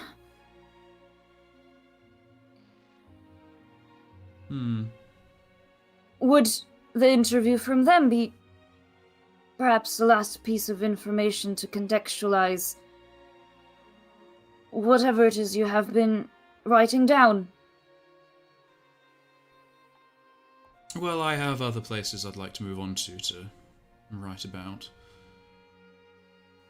This Aspen Grace, has been most interesting, mostly because it's the oddest assortment of creatures I've ever seen. In one place, that is. I would like to see one that's larger. Well, I think that might come with its own assortment of larger problems in a way. I can tell you that a lot of the Bristley Woods are like this, yes. Beasts living together, cooperating to create a safe haven. And part of the efforts of creating a safe haven is also making sure that everybody, well, is safe and that nothing can threaten them, whatever it may be. This work that you're doing, it does seem very important. And it does seem, well, it's unlike anything that anyone has seen before. But you are, maybe if other creatures knew what it is that you're doing. You see, many of them are much like me, and in fact, well, between you and me, I think some of them think that they're in fact, or believe that as a toad I'm not even as smart as they are, or not as observant. And I'm sure that they would be, well, always a little scared, but you certainly made a good impression on me and my fellows. If you weren't so secretive with what it is that you're doing, and were more upfront about it, perhaps, relied on a more fish-oriented diet for your time here, Beast would be willing to speak with you, and you wouldn't be seen as... I am not a fan of salmon. It's got a very strong flavour, and getting wet repeatedly is not good for the papers that I carry. Well... Though perhaps... things to consider. Well... Would you know of a location I could go where I would not have such a presence? Where I could observe, perhaps, a community of beasts that would not mind so much? Perhaps close to water for these fish. I will say, if you'd like to know more about slug farming, there is my order of Blueberry Pond. We have recently, in fact, well, I think recently we may have, in fact, recruited a songbird. The first flying knight of Blueberry Pond. And perhaps if you, see, us toads, well, you've spoken with me, we are quite outspoken fellows, we make friends very fast.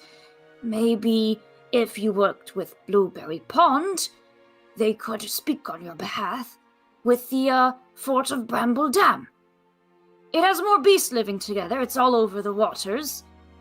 But I think these matters must be taken one step at a time, with a little more caution and diplomacy. And, well, us toads, as you know, we are inevitable. We're all courageous. And while you are, of course, an intimidating and graceful presence, we wouldn't be too worried about your diet, and we also can employ frog fishermen, as we do have frogs also living in our logs to catch you a suitable meal. And maybe, in time, that kind of integration to have you closer and speaking with more beasts could be vouched for by these valiant knights. And you wouldn't have to worry about... Well, we wouldn't have to worry about you being a scary presence. And you could get closer to those that you wish to speak with and understand. I think, in some way, if you're among the beasts of Bristley Woods, you must live like the beasts of Bristley Woods. Well, if you would write me a letter of introduction, I might be open to some sort of Erasmus program with this Blueberry College or Pond or whatever it is. Now, I appreciate this interview, but I do need to record, or at least finish up recording these notes. So you reckon would that take perhaps your evening tonight, and then you would be on your way to Blueberry Pond? Make another willpower check. I think this is... Oh, hang on. No. I feel this would be cunning, and hear me out, because you now have an agenda. You're trying to manipulate the wolf. Well, no, I'm trying to save the wolf. I know that you are. I know you are, but this is that last little... So you'll leave tonight? Yeah. I want to see how transparent this is. This is a cunning check. Can I tag my unthreatening demeanor? I don't have any ulterior motives. I will let you. I'll let you tag it. Oh. I am being very honest with you. Wink. It's not a hijinks. It's not a hijinks, that Complication. is true. You barely managed to pull it off, but not without consequence. The narrative describes how the situation becomes more complicated. The wolf looks towards Aspen Grace, and without looking at you says, I'll consider it. You may go. What? Well, it is your choice. But I do hope that among these choices that you make the right one. For us and for yourself. Thank you for speaking with me. Best of luck with copying your notes. I hope it goes swiftly. And he's gonna turn around and walk away. No, he's gonna turn and walk away. I think that's a good place to end today's episode. As well. This entire time, Balthazar and Pipistrelle sitting on the side of a river. Little rods out. Lutzen even, yeah. Lutzen and Pipistrelle just like, any day now. There'll be a fish. Fish. I like to think that we've kind of got like trousers rolled up, and we're just kind of like eyes twitching, just like staring at the water, like keeping it out, and I just this is looking fine. really keen. Like I feel Pip's got like a spear. We've gone full feral, like Yep. Oh my god. foaming. Like we're gonna get one. We're gonna get one. Any minute now. Any minute now. It will happen. Yeah, you think we haven't slept for like Wow. 3 weeks? That was a very interesting collection of events. Dealing with a tanner, persuading a cat, reasoning with a wolf. Interesting. Is anyone else like? Is anyone else sort of like? Firstly, just quickly, like, round of applause to Ver for making this very emotional. Like, oh, That was something. it really was. Like her. On the edge Like, of we were- tears the whole time. Yeah, like Fraser and I in game chat were like, give Ver an Oscar. I was like, I knew like literally only 2 sentences of what I would say about sacrifice, but then like me and the wolf started talking, and they had like, oh, I loved my cubs, and I'm just like, oh, they're a mama, and then just like, oh, I'm in the college, oh, we're doing this, and it's just like, oh my god, you're prejudiced, but you're not like a jerk. Yeah, You don't know any better, but now you've met the toad with a heart of gold. Oh, Toad with a heart of gold. Oh. Yes. And because every time Brian asks about like Lavinia, I'm always just like, I haven't thought about this actually, because we came up with her like literally at the end of the character creation process, and I just never thought more about it. So I'm just like, okay, let's think. let's swing it. Yeah, I just first of all, 100% vindicated. I knew this wolf is fine. I knew that. I mean, I don't know. Maybe they're lying to me, but I believe it. I believe them. I want them to go to Blueberry Pond. And first of all, like Balthazar is just like doing the RPG thing of like sending NPCs back to his hub. He got the songbird, and they're probably like, okay, we can work with this. And then it's like, next, I'm sending guys a wolf. By the way, I don't know what's gonna be next, but I'm gonna have to somehow outdo the wolf. Perfect. So I'm just really hoping that we Episode find like 1, an acquire songbird. Episode 40, acquire god. Oh my god, acquire No, bear. I mean, no, I'm thinking that like we're gonna go to one of the beaches on the west or east side of God. Scotland, and there's gonna be a rhinoceros that washed up, and I'm going to be like, my good fellow, you look hurt. You should seek out the Blueberry Pond. I'm sure that they'll take care of you. And the rhinoceros is like, yeah, that sounds actually really nice. And yeah, and there's gonna be more and more nights. I love it. Toad daycare. Toad daycare. Oh, No, it's just we extend our night program regardless of your species. Anyone can be a knight. Imagine the rhinoceros walking up and the toad is like, you're a big toad. Wow. Oh my god. Yeah. What a hairy toad you are. Oh. I love your horn. I wish I had it. Why don't I have a horn? Maybe it'll grow in. Well, yeah, because the rhinoceros is just a very, very old toad. It's like, my god, this is what happens when you live for 800 years. You grow Oh a my horn. God. I can't wait. You go from Mud Fury into like Rhino. horned rage. Horned devil. Horned devil. Machine. Anyway. It's just Well, a horny rage machine. Anyway. The scene is still ongoing, so we're not going to do a wrap-up review. But Yes, I fair, think we should fair, just fair. reintroduce ourselves really quickly before we end today's episode. So, I have been Brian. Damn it! It's infectious. It's infectious. No, it's fine. I didn't have even a new mean one. to. I have a Okay. new one. Don't worry. Oh. But like, I'm just gonna take my headphones off when you say it, so I don't just absorb it. I'm really No, sorry. I you am won't. Brian. You won't. It's horrible. I'm Brian. I use he/him pronouns. I run Dungeons at a Dime, and I steal from Ver. I have a Kickstarter going on. Please go sub it, because at £3,000 I can afford to hire guest writers to come on and make some cool content, which will be neat. Yee. Voice. Passing on to Ver. All right, everybody. Pebby CBFs. I just said it. Pebby CBFs Ver. I've mentioned I'm an illustrator comic artist. You can find my work on Twitter under Verface at Twitter.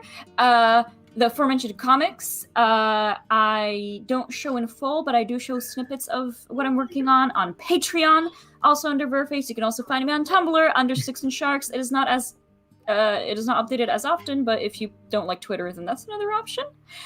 Thank you, Brian, very much for today's game. I'm always wanting to apologize for taking up time.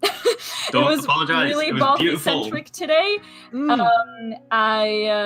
Well, hopefully we'll balance that out next week with The Pip and Ludson Ludson's fishing episode. Though also I am now on like full wolf protection mode. I will be fighting for their right to be a writer and hopefully go create the College of Blueberry Pond. Oh my god, I'm not over that intro. No. Next up, we have Atlanta. Hello. I am a cold mist on a winter's morning, otherwise known as Atlanta. Ooh. I'm going. Oh, that sounds ethereal this refreshing. week. You're good so one. refreshing, Yeah. Atlanta. Exactly. Ooh. I wish I was in real life. Haha. You are Oh well, you're very lovely and refreshing. Oh, you're too kind. Always a delight. Oh, I'm just getting showered with compliments now. This is it's too much. But yeah, you can find me on Twitter at Alpaca Scribbles. You can find me on Instagram at Alpaca Scribbles. Sorry, Alpaca_Scribbles. You can find me on Patreon of the same name, although my Patreon is currently paused. Sorry about that. I'm working on it. I have nothing to plug. Thank you again for the game, Brian. Thank you, Varen. If I screw you, Ludson. Fraser. Hello, I am Watson. Otherwise known as Fraser. So thank you both for a wonderful game. It was actually nice to have like a Balthazar-centered episode after what was very like Pip-centered episode. I hope next week maybe we just have like the Ludson-centered episode. We have like a little trio of just like, you know, the main character-centered episodes. I think that'd be really fun. But yeah, that was fun and just what a lovely emotional beat to end on. Yep. This is good. And last and largest, we have got Lutzen, played by Fraser. Okay, that's fucking rude. Hello, I'm Fraser. I've been playing Lutzen. I am also an illustrated person of types. So if you want to find me on Twitter at __lostastronaut or on Instagram at _lostastronaut, you can find me and my work there. At the Mo, what am I even up to? What am I doing? There are things on the horizon with RPG-centric stuff, so keep an eye out for that with this and other things with other friends. And yeah, that's kind of it, the Mo. Thank you, Brian, for this game, and thank you, Ver and Atlanta.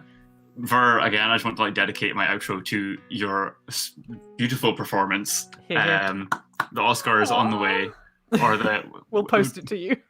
I feel like The there should be like paper a Beast... cutout of an Oscar. paper cutout. There should be like a Beast equivalent to an Oscar. I don't know what it would be. A whisker! A whisker! A whisker! Oh my god. Perfect. Perfect. Yeah, that was Spelled really with a C. whisker. Yeah, that was really, really nice. It was a really good bit. Thank you. Because You did a really great job. that's very lovely of you. Thank you. That makes me feel very good about myself. And we're gonna kill this wolf next week. Anyway. No! Don't do it! She is under the... I deputized her as a knight of Blueberry Pond. Yeah, Battle of Deputies. I think I'll win. Yeah, I think Balthazar's got us there. All right. Sorry. Well, thank you for a wonderful game, guys, and we will see you next Wednesday. See you then, everybody. Bye.